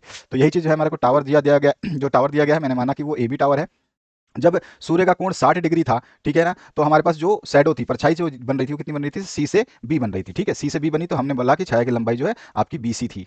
और जो है जब सूर्य का कोण 30 डिग्री हो गया तो छाया की लंबाई बी से डी बढ़ गई, है ना। यानी कि सी बी तो थी और उससे पहले 40 और ऐड हो गया उसमें। तो हम कह सकते हैं जब सूर्य का कोण 49 यानी कि 49 कोण जो है 30 डिग्री था या होता है, तो छाया की लंबाई क्या हो जाती है आपकी बी से डी हो जाती है। तो बी डी हमने लिख दिया, और बी डी का मान कितना है कि सी बी प्लस में 40, यही तरह से आप कह सकते हो, ठीक है। और हमारे को जो CD है उस CD की वैल्यू कितनी दे रखी है? तो 40 सेंटीमीटर हमने डायग्राम से देखा है कि भाई छाया की लंबाई 40 मीटर हो जाती है जब कोण 60 से 30 हो जाता है। ये क्वेश्चन में दिया गया है। तो हम कह सकते हैं इस AB जो है हमारे पास, ये क्या है? इसकी हाइट है, ठीक है, मैंने हाइट मान लिया इसको। और जो है आप जो है इसका हम कह सकते हैं ग्राउंड में वर्टिकल है तो बी एंगल जो है ये 90 डिग्री बनेगा। ऑब्वियस सी बात है, कोई भी पोल या कोई भी चीज खड़ी होती है, मीनार खड़ी होती है, तो वो टेढ़ी मेढ़ी तो खड़ी नहीं होगी, 90 डिग्री पे खड़ा करा जाता है। तो हमने जो मान लिया ट्राइंगल ए बी और सी जो है ये कितना है आपका? 90 डिग्री, यानी कि समकोण त्रिभुज है। अगर ये समकोण त्रिभुज है तो हम इसमें जो है फॉर्मूला लगा देंगे tan वाला। तो सबसे पहले देखिए आपका क्या हो जाएगा? tan सी लगा दो, इसको सी मान लो क्योंकि 60 डिग्री आपको दिया गया है। और इसके सामने वाला क्या होता है आपका? परपेंडिकुलर, और इसका बेस जो है आपको लेना पड़ता है, लंब बटे आधार होता है, आप जानते हो, ठीक है। तो लंब बटे आधार या परपेंडिकुलर अपॉन में बेस, तो परपेंडिकुलर आपका ए बी है यहाँ पर, ठीक है ना। और जो है आपका बेस कितना है? तो सी बी है, तो सी बी लिख लिया। ए बी की वैल्यू मेरे को कितनी दे रखी है मुझे नहीं पता, तो ए बी का ए बी रखा मैंने, यानी कि एच मान रहे हैं तो हम ए बी रखते हैं, कोई दिक्कत नहीं है। और सी बी की वैल्यू क्या है? तो सी बी की वैल्यू भी मेरे को नहीं पता है, लेकिन यहाँ पर जो टेन सी क्या है मेरे पास? तो 60 दे रखा है। 60 तो मेरा मान क्या होता है? 60 डिग्री का अंडर रूट 3 होता है। तो सी बी की वैल्यू जो यहाँ से निकल के आएगी, क्योंकि हमें परछाई बतानी है ना, तो परछाई कितनी हो गई? तो सी बी हो गई ए बी अपॉन में अंडर रूट 3, पहला इक्वेशन। अगर हम इसी इक्वेशन के अगेंस्ट मतलब हम दूसरी इक्वेशन देखें, तो अब जो है आपका जो है सी से अब डी जब परछाई बढ़ जाती है तो हम इस वाले बड़े वाले ट्रायंगल को ले लेते हैं। तो यहाँ पे ए बी और डी बड़ा वाला ट्रायंगल, तो इसमें एंगल आपका tan 30 हो जाएगा। तो एंगल tan 30 वही आपका लंब बटे आधार, तो लंब तो इसमें वही है आपका ए बी, लेकिन आधार जो है आपका चेंज होकर के बड़ा हो जा रहा है बी से डी, तो बी डी हो गया। मेरे को बीडी पता है क्या? यस, बीडी पता है। बीडी कितना है? तो आपका सी बी प्लस में 40 मीटर है, ये चीज तो हम देख ही रहे हैं, उसके अलावा हमारे कुछ नहीं पता। और tan 30 का वैल्यू कितना हो गया? तो आपके पास ये आ गया 1/√2। अब जो है हम यहाँ पे निकाल कर रहे हैं बी से बी डी की परछाई हमें निकालनी है, तो बीडी कितना हो जाएगा? तो यहाँ पे देख सकते हो कि आपका जो है ये अंडर रूट से इसमें मल्टीप्लाई क्रॉस मल्टीप्लाई कर लीजिए, तो बीडी जो है आपका आ जाएगा √√3 ए बी। अब जो है हम जानते हैं ये डीबी है कितना, तो मैंने बताया था डीसी प्लस में सीबी है। आप इस डायग्राम को देख रहे हो, ये डीबी है कितना? तो बी से सी और सी से लेके डी है, टोटल इनको हम कर दिएंगे। तो यहाँ पर हमने कहा कि डी सी प्लस में C B equals to under root 3। अब ए बी है और डी सी मुझे दे रखा है 40, सी बी मुझे पता नहीं है, सी बी की वैल्यू तो ये यहाँ पर है, और जो है इसके बराबर हो जाएगा, तो इक्वेशन नंबर 2 मान लेंगे। अब जो है मेरे पास यहाँ से भी सी बी की वैल्यू निकाल ली हमने, यहाँ पे भी सी बी की वैल्यू निकाल दी, ये भी सी बी की वैल्यू है और ये भी सी बी की वैल्यू है। जब इक्वेशन नंबर 1 और 2 दोनों सी बी की वैल्यू है, तो इसका मतलब इसका ये वाला पक्ष और ये वाला पक्ष क्या होगा? बराबर होगा। तो इक्वेशन नंबर फर्स्ट से मैं बोल सकता हूँ कि ये इक्वेशन बराबर ये इक्वेशन, ठीक है। अब हम इसको सॉल्व करेंगे तो यहाँ पे सिंपली क्या है? ए बी इक्वल्स टू क्या हो जाएगा? हमारे को ए बी तो निकालना है, हमारे को निकालना क्या है? एच निकालना है। तो ए बी छोड़ देंगे, बाकी को ले जाते हैं उधर, तो अंडर रूट 3 से इसको मल्टीप्लाई कर देते हैं, तो इसको मल्टीप्लाई करेंगे क्या हो जाएगा? अंडर रूट 3 ए बी, ठीक है, और माइनस में 40 अंडर रूट 3। अब जो है ये हमारे पास पूरा मल्टीप्लाई जब हो गया इससे, तो मल्टीप्लाई होने के बाद एक तो ये और ये मल्टीप्लाई होकर ये आया, और इससे मल्टीप्लाई होकर ये आया। अब जो है हम सिंपली क्या करेंगे? इसको सॉल्व करते रहेंगे। तो यहाँ पर देखोगे ये अंडर रूट 3 से अंडर रूट 3 जब मल्टीप्लाई होगा तो ये 3 आ जाएगा बाहर केवल, और ए बी बचेगा इसके साथ में, और यहाँ पर अंडर रूट 3 के साथ में 40 है ही। अब 40 अंडर रूट वाला जो है उसको ले लीजिए, क्योंकि ये भी ए बी की वैल्यू है और ये भी ए बी की वैल्यू है, तो दोनों तरफ जब ए बी आ गए तो ए बी वाले को एक तरफ कर लेंगे और बिना ए बी वाले को एक तरफ कर लेंगे। यहाँ से ए बी घटाइए तो आपके पास 2 ए बी आ गया, 40 अंडर रूट 3, और जो है 2 से डिवाइड करेंगे तो आपका क्या आ जाएगा? ये आपके पास आ जाएगा 20 अंडर रूट 3। तो हमारे पास जो ए बी का मान निकला, हम कहेंगे ये आपका आ गया 20 अंडर रूट 3। तो इसका आंसर हो गया। इसके बाद इसके और पार्ट में जो पूछा गया है, बहुमंजिला भवन के शिखर से देखने पर, अब बहुमंजिला भवन पर आप खड़े हैं, ठीक है, और जो है इसके शिखर से देखते हैं तो शिखर से देखने पर जो है तल के अवनमन का कोण 30 और 45 है। तो तल के अवनमन का कोण की बात कर रहा है, ठीक है, ध्यान रखना है। तो तल के अवनमन का कोण और 30 और 45 है, बिल्डिंग को हम नीचे बनाएंगे यहाँ पर। बहुमंजिला भवन और दो भवनों के बीच की दूरी हमें ज्ञात करनी है। तो 8 मीटर भवन की ऊंचाई है, ठीक है, और जो आपका 30 और 45 डिग्री जो है उसके अवनमन कोण है, ठीक है, शिखर और तल के। और उसके अलावा जो है आपको ऊंचाई ज्ञात करनी है और साथ ही साथ डिस्टेंस भी निकालनी है। तो इस तरह का हमारा डायग्राम है जो देखने को मिल रहा है। अब ऊंचे भवन की ऊंचाई जो हमने मान ली, जो हमारा भवन है उस भवन को दे दिया इसने कि ये वो 8 मीटर ऊंचा है, ठीक है। अब यहाँ से जो है इसने बोला कि एक कोण जो है 45 बना रहा है और दूसरा जो तल से बना रहा है वो आपका 45 बना रहा है, और शिखर से जो बना रहा है वो 30। आप अगर इसको समझें तो कुछ मैं थोड़ा सा आपको ये बता दूं कि ये रेड कलर से देखिएगा। तो अभी जो ये रेड से लेके डॉटेड जो लाइन है, इसके बीच का जो एंगल है ये आपका 30 है, ठीक है, यहाँ तक। लेकिन जब ये शिखर से देख रहा है, जब यहाँ से टॉप की बात कर रहा है तो ये एंगल बना रहा है, लेकिन ये तल से, ये बॉटम से जो पाद से देख रहा है तो ये आपका 45 बना रहा है। तो इस तरह का ये डायग्राम आपका बना हुआ है। अब आते हैं हम इसके सॉल्यूशन की तरफ। तो हम जो है मानते हैं बहुमंजिला भवन जो है उसकी ऊंचाई पी सी है। तो यहाँ से देख रहे हैं पी ए है, ठीक है, इस जगह पे पी है और यहाँ पर ये सी है, ठीक है। तो पीसी जो है इसकी बहुमंजिला भवन की ऊंचाई हो गई, और जो केवल आपकी ऊंचा भवन जो है उसकी ऊंचाई जो है वो बी और ए है, ये ध्यान रखना है आपको, ये जो कि 8 मीटर दे रखी है। तो हमने जो है साथ ही साथ दोनों भवनों के बीच की दूरी क्या होगी, तो वो हो जाएगी आपकी सी से लेके ए तक की। तो ये डिस्टेंस हमें पता है क्योंकि डायग्राम के हिसाब से बता रहे हैं। तो दोनों भवनों के बीच की दूरी ए सी हो गई, और मल्टी स्टोरी बिल्डिंग जो है बहुमंजिला इमारत है उसकी ऊंचाई पीसी हो गई। अब जो है angle of depression of top building कितना है, तो यहाँ पे एंगल आप देख सकते हैं अब इस डायग्राम से, ये देखिए ध्यान से, भवन के शिखर से अवनमन कोण कितना हो जाएगा, तो अवनमन कोण जो है भवन के शिखर से, शिखर की बात हो रही है तो शिखर से मैंने आपको बताया था 30 बन रहा है, और तल से जो है 45 बन रहा है, ध्यान रखना है। तो जब हम शिखर की बात करेंगे तो शिखर से 30 वाला एंगल लेंगे, तो हमारे पास क्या हो जाएगा, 30 वाला एंगल कौन सा बन रहा है, क्यू पी बी, या फिर बी पी क्यू बोलिए, तो आपका एंगल क्यू पी बी जो है 30 डिग्री। इस तरह से भवन के तल से जो है वो 45 डिग्री का बन रहा है। अगर तल से 45 डिग्री बन रहा है तो इसमें कौन सा है हमारा ए पी क्यू या P O sorry Q P A, तो क्यू पी ए आप बोलिए 45 डिग्री, तो दोनों हमने लिख दिया, तल शिखर से लिख दिया आपका, और जो है तल से लिख दिया। अब हमारे को प्राप्त क्या करना है, हमारे को P से लेकर C तक की डिस्टेंस हमें प्राप्त करनी है। ठीक है, ये तो क्लियर हो गया। अब मुझे ये भी पता है कि जब A से लेकर B, ये जो भवन की ऊंचाई अगर 8 मीटर है तो ऑब्वियस सी बात है C से लेकर D भी क्या हो जाएगा, ये 8 मीटर होगा। ठीक है ना। तो यहाँ पर जो है दोनों बिल्डिंगों के बीच की दूरी हमें ज्ञात करनी है, एक चीज A से C तक ज्ञात करनी है, तो ये भी हमने लिख दिया कि AC जो है हमें ज्ञात करनी है और PC हमें ज्ञात करना है। अब यहाँ पर जो है सीधा सीधा ड्रॉ कर लेते हैं हम एक पैरेलल लाइन, क्योंकि हमारे पास ये पॉइंट तो है, अब इसके सामने एक पॉइंट D ले लेंगे, तो हम जो ड्रॉ कर लेते हैं BD parallel line AC and PQ। ठीक है, तो जो आप सीधे सीधे AC और PQ के समानांतर, जो भी आपका AC है, ये AC है ना, इसके या फिर ये PQ जो है इसके समानांतर जो है आप BD ड्रॉ करिए। तो BD हमने खींच लिया, ये हमने इसमें रचना की ताकि हम इस सॉल्यूशन को कर पाएं। अब यहाँ पे देखोगे ये भी आपका समानांतर है, ये भी आपका समानांतर है, और बीच में जाने वाली रेखाएं जो है ये तिर्यक रेखा है। ठीक है, तो हम कह सकते हैं बीपी जो है आपकी क्या है, ये एक तिर्यक रेखा है। तो आप देख सकते हैं बी है और ये पी है, क्या है, ये ट्रांसवर्सल है। ठीक है, ये वाली लाइन आपकी समानांतर है, ये वाली लाइन आपकी समानांतर है, इसको काट रही है इस तरह से। अगर काट रही है तो ये 30 होगा, तो ये भी क्या होगा, 30 होगा, और इस तरह से ये 45 है तो ये भी क्या होगा, 45 होगा। इसका कहने का मतलब ये है। तो हम जो है कह सकते हैं अल्टरनेट एंगल हो जाएंगे। ठीक है, एकांतर कोण हो जाएंगे। तो हमने कह दिया पी बी डी जो है 30 हो जाएगा, और पी ए सी जो है 45 हो जाएगा, जो कि अभी अभी हमने यहाँ पे मेंशन किया। अगर ये मेंशन हमने कर लिया तो हाँ, इसी तरह से जो A B and C D जो है पैरेलल लाइंस हैं, तो देखोगे ये ए से बी, ये वाली 8 मीटर वाली, और ये जो सी से डी, ये भी आपकी क्या है, दोनों आपस में समानांतर लाइन है। यानी कि मैं कहूंगा सी डी और ए बी दोनों बराबर है, यानी कि सी डी की वैल्यू जो मैंने पहले बताई थी ये 8 मीटर आ जाएगी। अब जो है हम जानते हैं कि ये आपका 90 डिग्री है, क्योंकि यहाँ पे पीसी क्या है, परपेंडिकुलर है आपका। पी और सी जो पूरी लाइन है ना ऊंची वाली, ये पीसी क्या है, परपेंडिकुलर है, और ये आपका 90 डिग्री है यहाँ पर। ठीक है, तो हम कह देंगे कि पीसी और पी डी बी भी आपका परपेंडिकुलर है, पी। ठीक है, उसके बाद में बी और डी, या फिर बोलो पी डी बी। ठीक है ना, तो ये भी आपका क्या है, 90 डिग्री है इस लाइन से। तो ये हमने बता दिया दोनों जो है 90 डिग्री है। अगर दोनों 90 डिग्री है तो हमारे पास जो है tan बी का फॉर्मूला लग जाएगा, और हम आराम से इस फॉर्मूले से निकाल लेंगे। सबसे पहले tan बी की बात करूँ तो tan बी पे आपका 30 डिग्री है, यानी कि 30 ले लूंगा tan 30, और tan 30 यानी कि कौन से ट्राइंगल बन रहा है, तो पी बी और डी बन रहा है, यानी कि इसके सामने वाला परपेंडिकुलर पी डी, और अब बेस क्या है बी डी, तो पी डी अपन में बी डी हो जाएगा। ठीक है, लंब बटे आधार, और जो है हम 30 का जानते हैं 1/√3 होता है, पीडी बटे में बीडी कर देंगे, तो पीडी और बीडी से हमें निकालना क्या है, देखो ध्यान से, यहाँ पे हमारे को बीडी निकालना है, क्योंकि हमारे को ये डिस्टेंस पता करनी है। ठीक है, इस वाले डिस्टेंस को पता करना है, और एक ये लंबे वाले डिस्टेंस को पता करना है, केवल डी से पी पता नहीं करना है हमारे को, है ना। तो हमारा जो है डी से पी तो हम पता कर लेंगे, हालांकि अभी हमारे को जो है बेस पे ले रहे हैं। तो यहाँ पर जो आपका बीडी आ गया, BD√3 फर्स्ट इक्वेशन। उसी तरह जो पहला इक्वेशन किया हमने, उसी तरह से दूसरा समीकरण लेंगे जिसमें एंगल हमारा 45 है, वही लंब बटे आधार हो जाएगा, और पीसी अपॉन में एसी, इस बार तो लंब क्या हो जाएगा आपका पीसी है। देख सकते हो जो लंब है आपका लंब क्या है आपका पीसी है। ठीक है, ऊपर आ जाइए, और आपका जो है लंब जो है पीसी है। ठीक है, ये देखिए, ठीक है, तो ये पीसी हो गया, और एसी क्या है, आधार है, ये आपका ए से लेके सी तक की डिस्टेंस, क्योंकि हम दोनों जगह पे यही डिस्टेंस लेंगे तो दोनों को बराबर कर देंगे, तो यहाँ से भी बीडी निकल जाएगा, ये भी बीडी की वैल्यू है, दोनों को अभी फर्स्ट इक्वेशन हमने फर्स्ट क्वेश्चन इससे पहले सोल्व किया था, तो ये दोनों क्या है, बराबर है। अगर दोनों बराबर है तो दोनों की वैल्यूज को हमने जो है बराबर कर दिया, इसका ले लिया PD√3 और इसका ले लिया पीसी। ठीक है, तो इन दोनों को बराबर कर लिया, इन दोनों को बराबर करेंगे तो हमारे पास पीडी की कुछ ना कुछ वैल्यू निकल जाएगी। पीडी की वैल्यू निकलेगी अंडर रूट के टर्म्स में, नीचे अंडर रूट आता है तो हम इसको जो है हटाने की कोशिश करते हैं, तो हम जो है इसको यहाँ पे अंडर रूट 3 - 1 है, तो इसको मल्टीप्लाई करेंगे तो प्लस वाले से मल्टीप्लाई कर देंगे और डिवाइड कर देंगे, तो पीडी की जो वैल्यू आ जाएगी कुछ इस तरह से आप सॉल्व करते हुए जाएंगे, तो पीडी जो है लास्ट में आपके पास आकर के देगा, वो हो जाएगा 3 - 1, और इस तरह से 3 - 1 करोगे तो 2, क्योंकि नीचे वाला स्क्वायर करोगे तो ये स्क्वायर हट जाएगा, क्योंकि ये दोनों की दोनों देख रहे हो प्लस माइनस वाला a - b, a + b वाला फॉर्मूला a + b, और इनटू a - b का फॉर्मूला जो हम यूज करते हैं क्या होता है, a² - b² को लगा दिया गया यहाँ पे, और जो है इसको लगाते ही आपके पास में इस तरह से इक्वेशन आ जाएगी।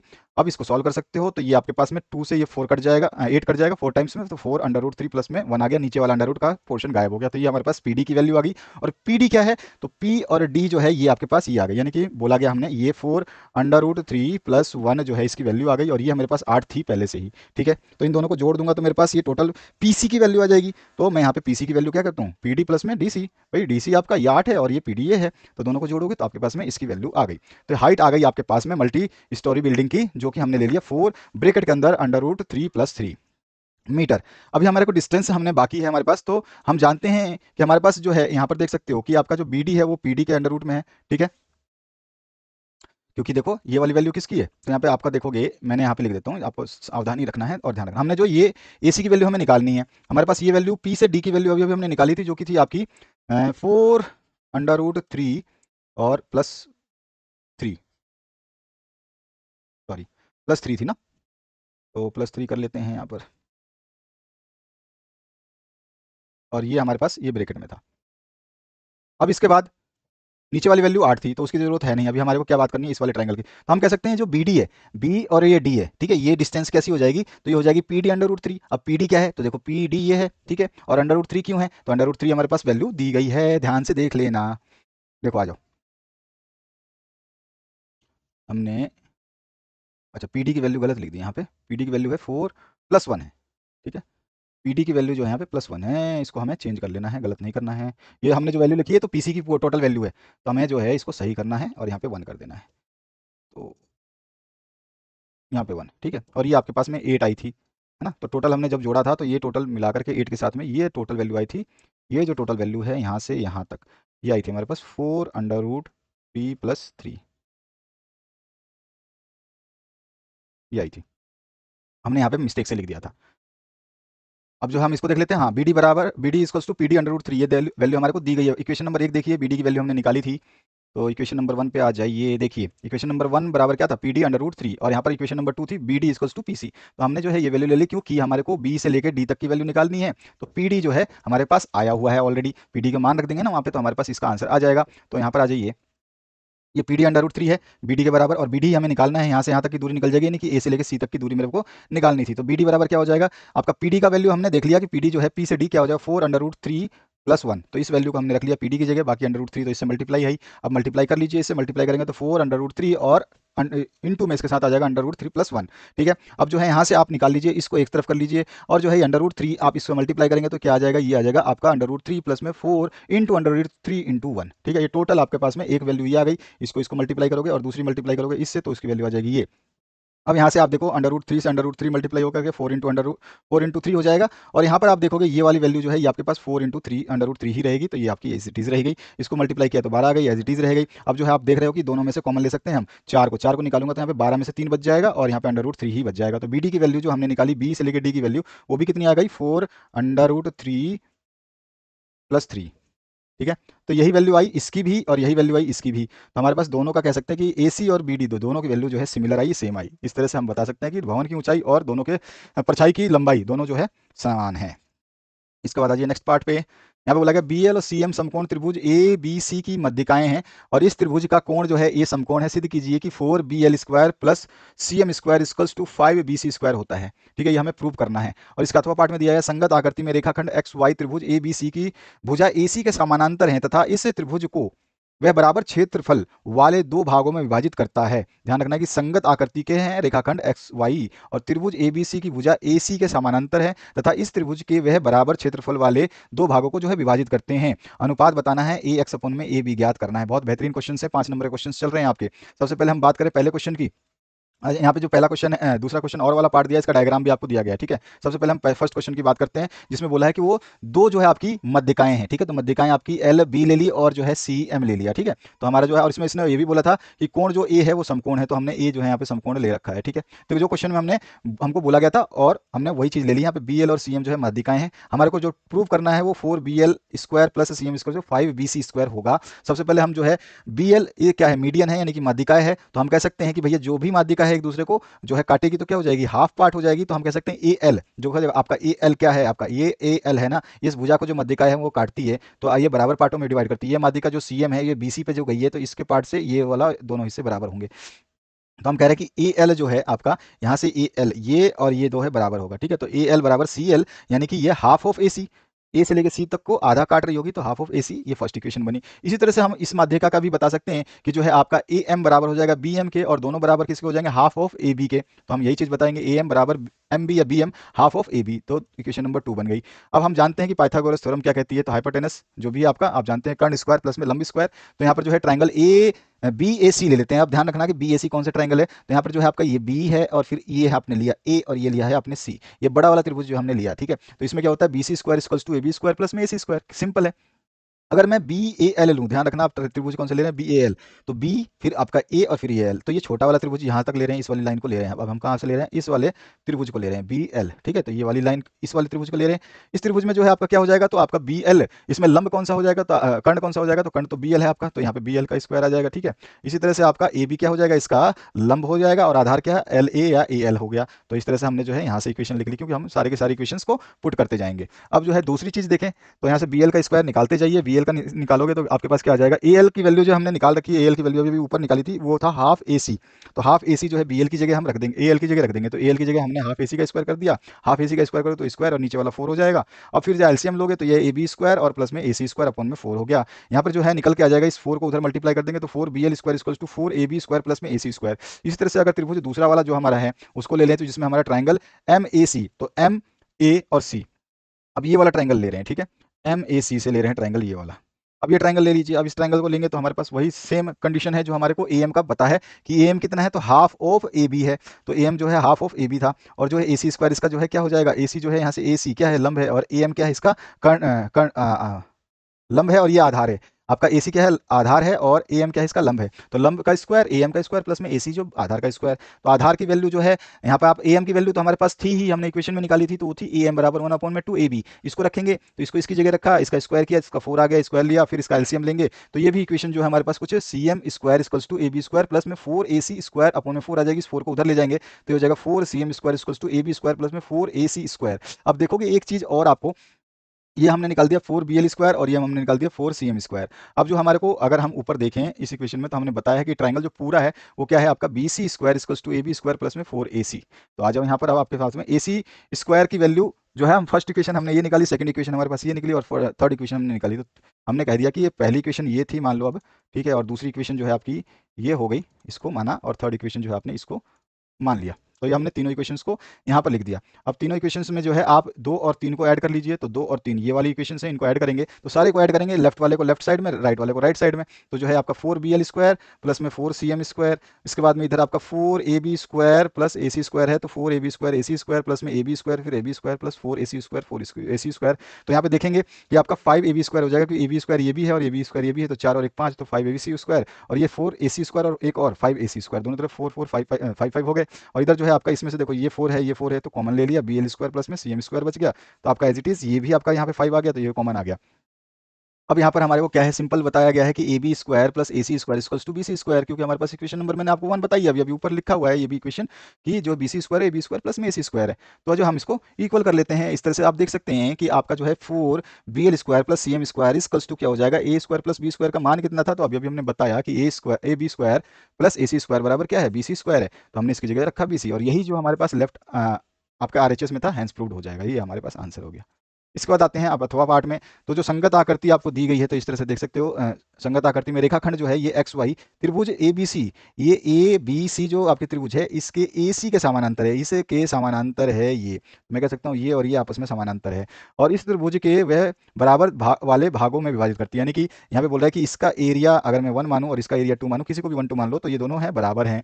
और जो है ये बोल रहा है कि ए एक्स, जो ए एक्स है अपॉन में ए बी, इसका रेशो, यानी कि इसका रेशो बाई इसका रेशो क्या होगा, ये हमें निकालना है, ये क्वेश्चन हमसे बोला गया है। तो आ जाइए इस डायग्राम को देखते हैं। हमारे को दिया गया है ट्राइंगल ए बी सी जिसमें एक्स वाई पैरेलल है ए सी के, ये क्वेश्चन में बोला गया था कि ये और ये आपस में पैरेलल हैं, ठीक है। अब इसके बाद में क्या है कि हमारे को जब ये पैरेलल है तो हम कह सकते हैं एक्स वाई जो है, ये एक्स वाई जो है वो ए सी के समानांतर है। तो इस तरह से हम गणितीय फॉर्म में रख सकते हैं। अगर हम बात करें जब ये समानांतर है, और एक चीज क्या बोला इसने, एक कंडीशन बोली है कि जो है ये 2 भागों में विभाजित करती है जिसके क्षेत्रफल क्या है, बराबर है, ठीक है, बराबर क्षेत्रफल है। यानी कि मैंने बताया कि एरिया इसका और इसका एरिया जो है बराबर है, ठीक है। तो हम कह सकते हैं कि area of B X Y जो है बराबर है एरिया किसके, एरिया के। तो यहाँ पर ध्यान से देखना है कि आपको ये आपका पैरेललोग्राम के एरिया के, यहाँ पे तो त्रिभुज बन रहा है और यहाँ पे क्या चतुर्भुज जैसा बन रहा है, तो यहाँ पे ए एक्स वाई सी इसके बराबर है, ठीक है, ध्यान रखना। ये एरिया हमारे को एक ट्राइंगल है और एक चतुर्भुज है।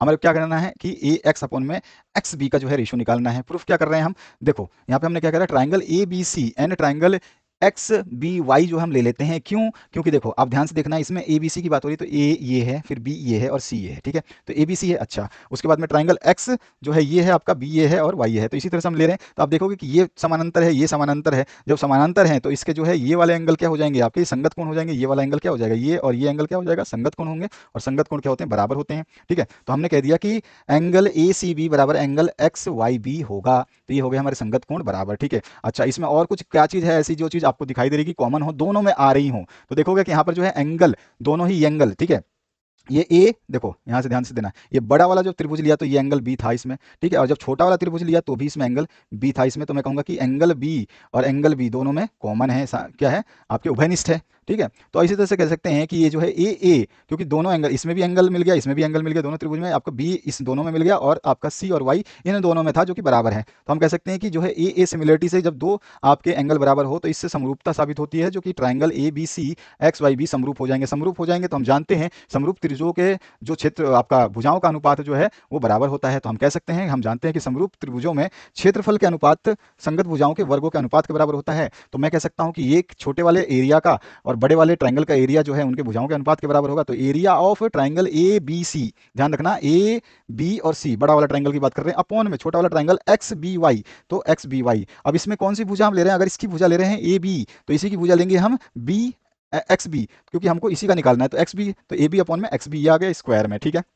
अब देख रहे हो कि ट्राइंगल ए बी सी ये कितना है, तो ट्राइंगल ए बी सी को अगर देखेंगे तो area of triangle X Y B plus में एरिया ऑफ एक ए एक्स, ये समानांतर चतुर्भुज भी बन रहा है, क्योंकि ये वाला त्रिभुज भी इसके और प्लस में, और इसका जो पूरा एरिया है ना, इन दोनों को और इस सबको ऐड करोगे तो ए से लेके बी और सी तक का ट्राइंगल का एरिया निकलेगा, तो इसलिए बोला इसने ए बी सी का एरिया क्या हो जाएगा, एक्स बी वाई प्लस में A X Y C upon में X B Y equals to A B square upon में एक्स बी स्क्वायर।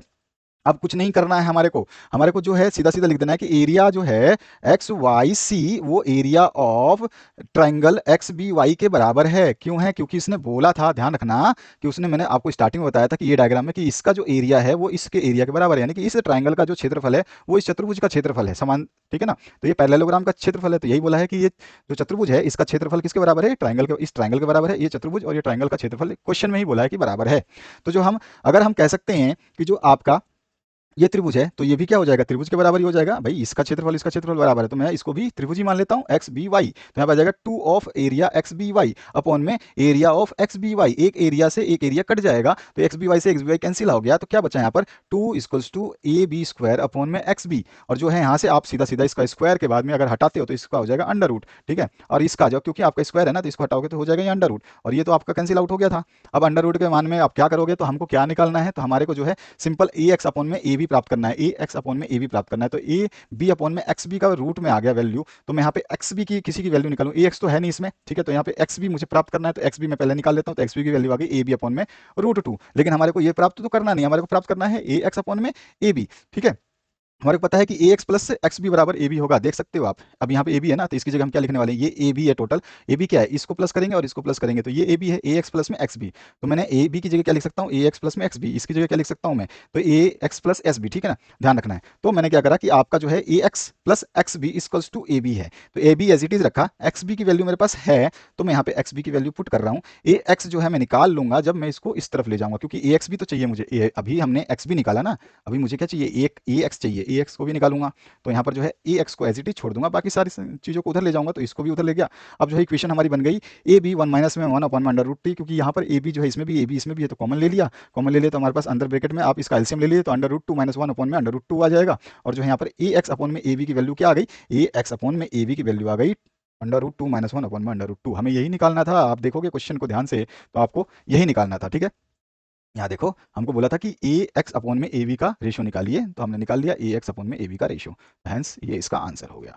इसके बाद जो है आपको 4 सेंटीमीटर का एक वृत्त खींच करके 6 सेंटीमीटर त्रिज्या का संकेंद्रीय वृत्त खींचना है और बिंदु पर स्पर्श रेखाओं की रचना करनी है और उनकी लंबाई नापनी है, परिकलन से इस माप की जांच भी कीजिए, ठीक है। तो जांच कर लेंगे, वो बात की बात है, पहले हम कंस्ट्रक्ट कर लेते हैं। तो रचना क्या करनी है, आपको एक सर्कल बनाना है, फिर उसके अंदर जो है पहले तो आपको 4 सेंटीमीटर का वो वाला त्रिज्या का एक वृत्त बनाना है, ठीक है। उसके बाद यहाँ से जब आपने 4 सेंटीमीटर ये ले लिया, ठीक है, तो दूसरा जो वृत्त उसने बोला है इसी सेंटर से 6 सेंटीमीटर की त्रिज्या का बनाना है, तो आपने 6 सेंटीमीटर की त्रिज्या का ले लिया दूसरा वाला वृत्त। तो ये संकेंद्रीय वृत्त हो गई जिनका सेंटर एक ही होता है। तो दूसरे कंडीशन में आपने 6 सेंटीमीटर का ड्रॉ किया।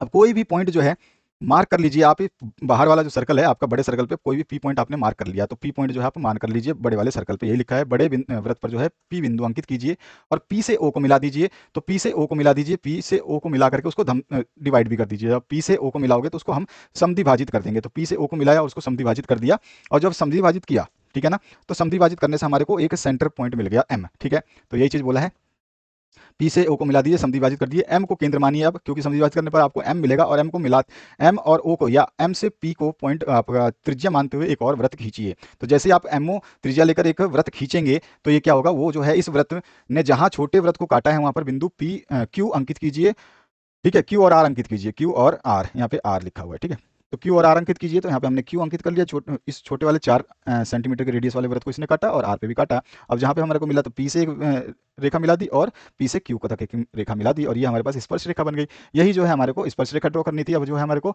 इसका रेखा की जो है लंबाई अगर हम नापते हैं, मापने पर हमारे को क्या मिल जाएगा, तो मापने पर जो है ये 4.47 सेंटीमीटर मिलता है। ठीक है, और इसको हमें जांचना भी था, तो जांचने के लिए क्या करना है हमारे को, देखो पीओ जो रेडियस है, यहाँ देखो पी से ओ बड़े वाले वृत्त की रेडियस है। आप देखो ध्यान से किस लिए हम खींच रहे हैं, क्या रीजन है। तो देखो यहाँ से अगर हम इसको पूरे को ध्यान से लेना, ये ले लेते हैं, ठीक है, और उसके बाद में जो है ये आपकी त्रिज्या हो गई, और जो है ये आपकी क्या है, त्रिज्या आपकी क्या हो जाएगी इस वाले वृत्त की। ठीक है, और यहाँ पे आप ध्यान ध्यान देना, ये क्या चीज़ है आपके पास में, इसकी ये डिस्टेंस हमारे पास ओ पी क्यू है, तो हमारे पास इसकी वैल्यू तो है ही पी ओ की। ठीक है, और ओ क्यू की वैल्यू है, हमारे को पता है ये लाइन कितनी है, 4 सेंटीमीटर की लाइन है ये। ठीक है ना, क्योंकि वृत्त छोटे वृत्त की त्रिज्या है तो ये 4 है। और अभी अभी हमने पीओ निकाला था, पीओ अगर हमने देखा तो पीओ हमने कितना मापा था, पीओ था हमारे पास 6, क्योंकि ये छोटे बड़े वृत्त की त्रिज्या थी, तो ये 6 है, ये 4 है, हमारे पास पी क्यू निकल जाएगा। इसी तरह से नीचे वाला अगर हम लेंगे तो ये वाला वृत्त लेंगे, ये वाला त्रिभुज लेंगे, इसमें भी हमारे को पता है कि ये 4 है, और हमारे को ये भी पता है कि इसकी जो स्पर्श रेखा की लंबाई है वो हमें निकालनी है। हमारे को ये वाली लंबाई ओ से पी दे रखी है 6 सेंटीमीटर, तो हम जो है आराम से निकाल सकते हैं। देखो यहाँ पर ओ क्यू को दे रखा है 4 सेंटीमीटर, और आपका पी ओ दे रखा है 6 सेंटीमीटर, और जो हमारा P O square, P Q square और ओ क्यू स्क्वायर 6 रखा है, यहाँ पे पी क्यू हमें निकालना है, 4 हमारा स्क्वायर हो जाएगा जो कि त्रिज्या है। इसको हम सॉल्व करेंगे तो पी क्यू की वैल्यू आ जाएगी 2√5। जितना पी क्यू है उतना ही आपका पी आर है, तो पी आर भी जो है इतना ही आ जाएगा। तो 2√5 की वैल्यू रखना चाहो तो ये रख सकते हो, नहीं तो आप इतनी भी वैल्यू छोड़ सकते हो। तो आपका पी क्यू और पी आर जो है दोनों बराबर ही आएंगे। अब आते हैं हम नेक्स्ट क्वेश्चन पे, जिसमें एक खिलौने की त्रिज्या जो है 3.5 सेंटीमीटर वाले एक शंकु के आकार का है, जो उसी त्रिज्या के एक अर्धगोले पर अध्यारोपित है। इस खिलौने की संपूर्ण ऊंचाई 15.5 सेंटीमीटर है। इस खिलौने का संपूर्ण पृष्ठीय क्षेत्रफल आपको निकालना है। ठीक है, इसमें और भी ऑप्शन दिया गया है, जो है एक ठोस एक अर्धगोले पर जो है खड़े एक शंकु के आकार का है, जिसकी त्रिज्याएं जो है 1 सेंटीमीटर तथा शंकु की ऊंचाई इसकी त्रिज्या के बराबर है। इस ठोस का आयतन जो है पाई के पदों में हमें ज्ञात करना है। ये तो बहुत इजी सा है। और यहाँ पर जो है हमें पहले जो है शंकु के आकार का खिलौना उसकी बात करते हैं। तो खिलौने का जो पृष्ठीय क्षेत्रफल होगा वो क्या हो जाएगा, इस तरह का हमारे पास है। ठीक है, और जो है यहाँ पर जो है अर्धगोले का पृष्ठीय क्षेत्रफल ले लीजिए, क्योंकि हमारे पास यहाँ पे सेमी सर्कल दिखाई दे रहा है, प्लस में जो शंकु बना हुआ है इसका पृष्ठीय क्षेत्रफल। तो दोनों पृष्ठीय क्षेत्रफल को जोड़ेंगे तो हमारे पास संपूर्ण जो खिलौना, जो टोटल खिलौना है, इसकी क्षेत्रफल मिल जाएगा। ठीक है, तो ये चीज हमने यहाँ पे लिखी है। अर्धगोले का वक्र पृष्ठीय क्षेत्रफल कैसे निकाल लेंगे, तो हमारे पास इस अर्धगोले का रेडियस दिया हुआ है, तो रेडियस तो मुझे पता है। ठीक है, और जो है curve surface area of hemisphere निकालेंगे तो उसका फॉर्मूला क्या होता है, 2 पाई आर स्क्वायर। ठीक है, अर्धगोले का, अर्धगोले में आर हमारे पास है, रख दिया, हमारे पास 77 सेंटीमीटर स्क्वायर आ गया शंकु का वक्र पृष्ठीय क्षेत्रफल। ठीक है, सॉरी उसका अर्ध वक्र पृष्ठीय क्षेत्रफल अर्धगोले का। ठीक है, ये अर्धगोले का आ गया। अब जो है हमारे को निकालना है आपका शंकु का, तो शंकु ये है हमारे पास। ठीक है, अब जो हमारे को शंकु शंकु जो है हमारे पास ये है, और शंकु का जो त्रिज्या वही है जो गोले की त्रिज्या है। ठीक है ना, और लंबाई कितनी हो जाएगी, तो देखो भैया इतनी लंबाई जो है ये आपकी कितना होता है, ये भी आपका आर ही होता है, तो इसको यहाँ से माइनस कर देंगे तो हमारे पास इसका जो है डिस्टेंस निकल जाएगा। ठीक है, तो आर तो वही है आपके पास 3.5, तो आर तो हमारे पास 3.5 है। ठीक है, और जो हमारे को हाइट लेनी है यानी कि एल जो लेनी है हमारे पास, क्योंकि कर्व सरफेस एरिया जो शंकु का होता है वो पाई आर एल होता है, ये फॉर्मूला हमारे पास आर तो है, एल कितना होगा, तो एल केवल इतना ही होगा यहाँ से लेकर के यहाँ तक। ठीक है, तो एल निकाल लेते हैं, तो एल हो जाएगा, जिसको हाइट ऑफ कोन की हम बात करें तो टोटल हाइट ऑफ खिलौना 15.5 में से घटा देंगे ये वाला रेडियस, जिसना ये अर्धगोले का है, ये रेडियस घटा दीजिए, तो आपके पास टोटल हाइट आ गई 12 सेंटीमीटर। तो हमारे पास एल की वैल्यू आ गई 12। ठीक है, 12 रखिए और आपका आर रखिए, तो यहाँ पर जो है L square equals to H square plus में पी स्क्वायर हो जाएगा, क्योंकि हमारे को स्लांट हाइट निकालनी है। स्लांट हाइट का मतलब क्या होता है, हमारे को तो ये वाली चीज मिली है, हमारे को जो है आपका ये एच मिला है, सॉरी ये एल लिख दिया है मैंने, ये कितना मिला है आपको, एच मिला है। और जो हमारे को एल निकालनी है, तो एल निकालने के लिए हमारे पास एक फॉर्मूला होता है, L square equals to H square plus में आर स्क्वायर। तो एल स्क्वायर प्लस में आर स्क्वायर, यानी त्रियक ऊंचाई निकालनी है, तो टेढ़ी ऊंचाई तो हमारी L square H square plus में आर स्क्वायर होती है। जो है एल स्क्वायर कितना, एच हमने अभी अभी निकाला, हमारे को 12 मिली थी, तो 12 का स्क्वायर, और आर तो मेरे पास है 3.5 का स्क्वायर, दोनों का स्क्वायर करिए, एल स्क्वायर निकालते निकालते आप जाएंगे तो ये आ जाएगा अंडर रूट में 625 बटे में 4, अंडर रूट से बाहर निकालेंगे 625 का अंडर रूट क्या हो जाएगा आपका 25, और 4 का होता है 2, तो ये आपके पास एल जो है 12.5 सेंटीमीटर आ गई। तो कर्व सरफेस एरिया जो हम निकाल लेंगे, हमारे पास फॉर्मूला था पाई आर एल, तो एल की वैल्यू रख लेंगे 12.5, आर मेरे पास 3.5 था, 12.5 रखा पुट, और जो है हमारे पास आंसर आ गया 137.5 सेंटीमीटर स्क्वायर। और जो है ये किसकी वैल्यू आ गई, इससे शंकु की, इस शंकु कितनी आई थी 137.5, और जो है खिलौने कितनी आई थी, तो हमने स्टार्टिंग में निकाला था 77, तो इन दोनों को ऐड कर देंगे तो हमारे पास जो टोटल आ जाएगी 77 प्लस में 137 इक्वल्स टू, तो कह सकते हैं खिलौने का जो कुल पृष्ठीय क्षेत्रफल है वो 214.5 सेंटीमीटर स्क्वायर आएगा। इसके और पार्ट में जो है एक ठोस एक अर्धगोले पर खड़े एक शंकु के आकार का है, जिसकी त्रिज्याएं जो है ये दी गई है और शंकु की ऊंचाई उसकी त्रिज्या के बराबर है। तो ठोस का आयतन जो है पाई के मानों में निकालना है। तो देखो ठोस का कुल आयतन क्या हो जाएगा, ध्यान देना, यहाँ पे जो है अर्धगोले का आयतन जो भी होगा, इसका वॉल्यूम जो होगा और जो है शंकु का वॉल्यूम जो होगा, वो दोनों का एडिशन होगा, तो हम कहेंगे शंकु का आयतन प्लस में अर्धगोले का आयतन। तो हम शंकु का आयतन निकालते हैं, तो हमारे पास इस शंकु में क्या दिया गया कि इसकी हाइट और रेडियस है, हमारे को अर्धगोले का रेडियस जितना है उतना ही शंकु की ऊंचाई है। तो एच मेरे को पता है, रेडियस मुझे पता है, तो मैंने लिख लिया रेडियस और हाइट। वॉल्यूम हमारे पास होता है 1/3 पाई आर स्क्वायर एच, सभी वैल्यूज मेरे पास एच भी है और आर भी है, पाई आर और पाई के टर्म में लगाना है हमारे को, और कुछ पाई की वैल्यू डालनी नहीं है, तो पाई को छेड़ना नहीं है क्योंकि पाई के रूप में ही पूछा गया आंसर। तो 1/3 पाई सेंटीमीटर क्यूब तो हो गया ये हमारे पास शंकु का आयतन। अर्धगोले का आयतन क्या होता है, तो 2/3 पाई आर क्यूब होता है, इसमें भी हमें पाई को नहीं छेड़ना है, पाई को एज इट इज रखेंगे। आर हमारे को सभी को पता है 1 दिया गया है, ये भी आ गया 2/3 पाई सेंटीमीटर क्यूब। अब हमारे पास जो है अर्धगोले का ये अर्धगोले का आयतन आया 2/3 और जो है शंकु का आया 1/3, इन दोनों को हम जोड़ देंगे तो हमारे पास जो आंसर आ जाएगा, तो 1/3 पाई प्लस में 2/3 पाई, टोटल हो गया 3/3 पाई, 3 से 3 कैंसिल आउट, यानी कि जो टोटल वॉल्यूम आया हमारे पास, ठोस का कुल आयतन जो आया वो कितना आएगा आपके पास आ जाएगा पाई सेंटीमीटर क्यूब। ठीक है, तो ये हमारे पास इसका आंसर हो गया। 27वें क्वेश्चन की बात करें तो आंकड़ा दिया है, इसका माध्यक जो है आपको 525 है, बारंबारताओं का योग जो है 100 है। तो x और y के मान निकालने हैं, टेबल में x और y के मान जो हमसे पूछे गए, एक तो x यहाँ पर है और एक y आपका यहाँ पर है। देखो इसने माध्यक दिया है जी के मीन दिया गया है 525, और जो है इनके पीडीएफ वगैरह सबकी लिंक दी गई है, आप जब मर्जी तब इसको डाउनलोड कर सकते हैं अगर आप चाहें तो। यहाँ पर जो है आपको मीडियन क्लास देख सकते हैं आप, सिंपली क्या हो जाएगा आपको 500 से 600 के बीच में हो जाएगा। ठीक है ना, क्लियर है ना, क्योंकि आपका कितना है माध्यक कितना है 525 दिया है, और 525 कहाँ पे आएगा 600 700 के बीच में नहीं आएगा, 400 500 के बीच में नहीं आएगा, 500 और 600 के बीच में आएगा 525। तो इसका मीडियन क्लास क्या हो गया, ये वाला हो गया हमारे पास। और जो है कम्युनिकेटिव फ्रीक्वेंसी तो आपको पता ही है, जो हमारे को फ्रीक्वेंसी दी है क्वेश्चन में, ये सारी फ्रीक्वेंसी जो हमने लिखी है 2 5 x 12 17 20 y 9 7 4, तो इसको हमने ऐसे ही लिखा 2 5 x 12 17 20 y 9 7 4, इन सभी का योग करेंगे तो हमारे पास दिया हुआ है क्वेश्चन में कि ये योग जो है 100 के बराबर है। क्वेश्चन में बोला गया कि n जो है टोटल वो एफ एक्स आई जो है 100 दिया गया है। साथ ही साथ जो है हमारे को जो मीडियन का फॉर्मूला है वो याद रखना है, एल प्लस में n/2 minus C F upon में एफ इंटू एच होता है। और यहाँ पर जो है सिंस मीडियन हमारे को क्लास मिल चुकी है, तो मीडियन क्लास को जो हमने यहाँ पे मार्क कर रखा है ताकि हमारे को कम्युनिकेटिव फ्रीक्वेंसी वगैरह सब कुछ मिल जाएगी। यहाँ पे फ्रीक्वेंसी मिल जाएगी हमारे को कितनी, तो फ्रीक्वेंसी जो है आपको देखने को मिल रही है 20 इस टेबल की, तो 20 हमारे पास फ्रीक्वेंसी आ गई। अच्छा CF जो कम्युनिकेटिव फ्रीक्वेंसी होती है, जो ये वाली टेबल होती है ना, तो CF वाली जो वैल्यू होती है जस्ट इसके ऊपर, इसके इस डब्बे के ऊपर वाली होती है, तो इसके डब्बे के ऊपर वाली कौन सी वैल्यू है, ये है CF वाली। CF इसको शॉर्ट फॉर्म में क्या बोलते हैं CF। कम्युनिकेटिव फ्रीक्वेंसी कितनी आ गई संचयी बारंबारता, तो 36 प्लस में x, तो संचयी बारंबारता आ गई 36 प्लस x। h कितना है, तो h आप जानते हो अच्छी तरीके से, तो सभी में अंतर कितना है 500 से 600, 100 का अंतर है, तो हम कह देंगे h हाइट जो है वो 100 की है। ठीक है, या 500 600 में से 500 घटा दो।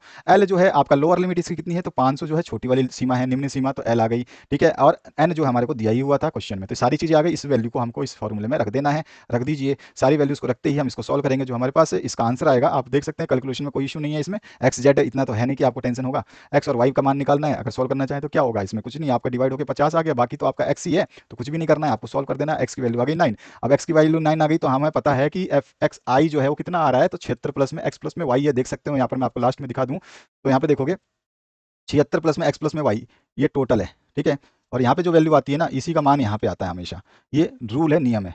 76 प्लस एक्स प्लस वाई का मान जो है लगभग 100 होगा। अगर हम यहाँ पे डायरेक्ट ये लिखते हैं कि हमारे पास 100 की वैल्यू दे रखी है, नहीं इसकी वैल्यू दे रखी है, तो हम कह सकते हैं यहाँ पर जो है ये आपका एफ आई कितना है, F x I sigma F I कितना है आपका 100, और ये कितनी 100 किसके बराबर है, तो 76 प्लस एक्स प्लस वाई के, तो एक्स का मान तो मेरे पास 9 आ गया, तो एक्स का मान 9 रख दूंगा, वाई का मान यहाँ से निकल जाएगा, तो वाई का मान आ गया 15। तो ये था आपका सॉल्यूशन।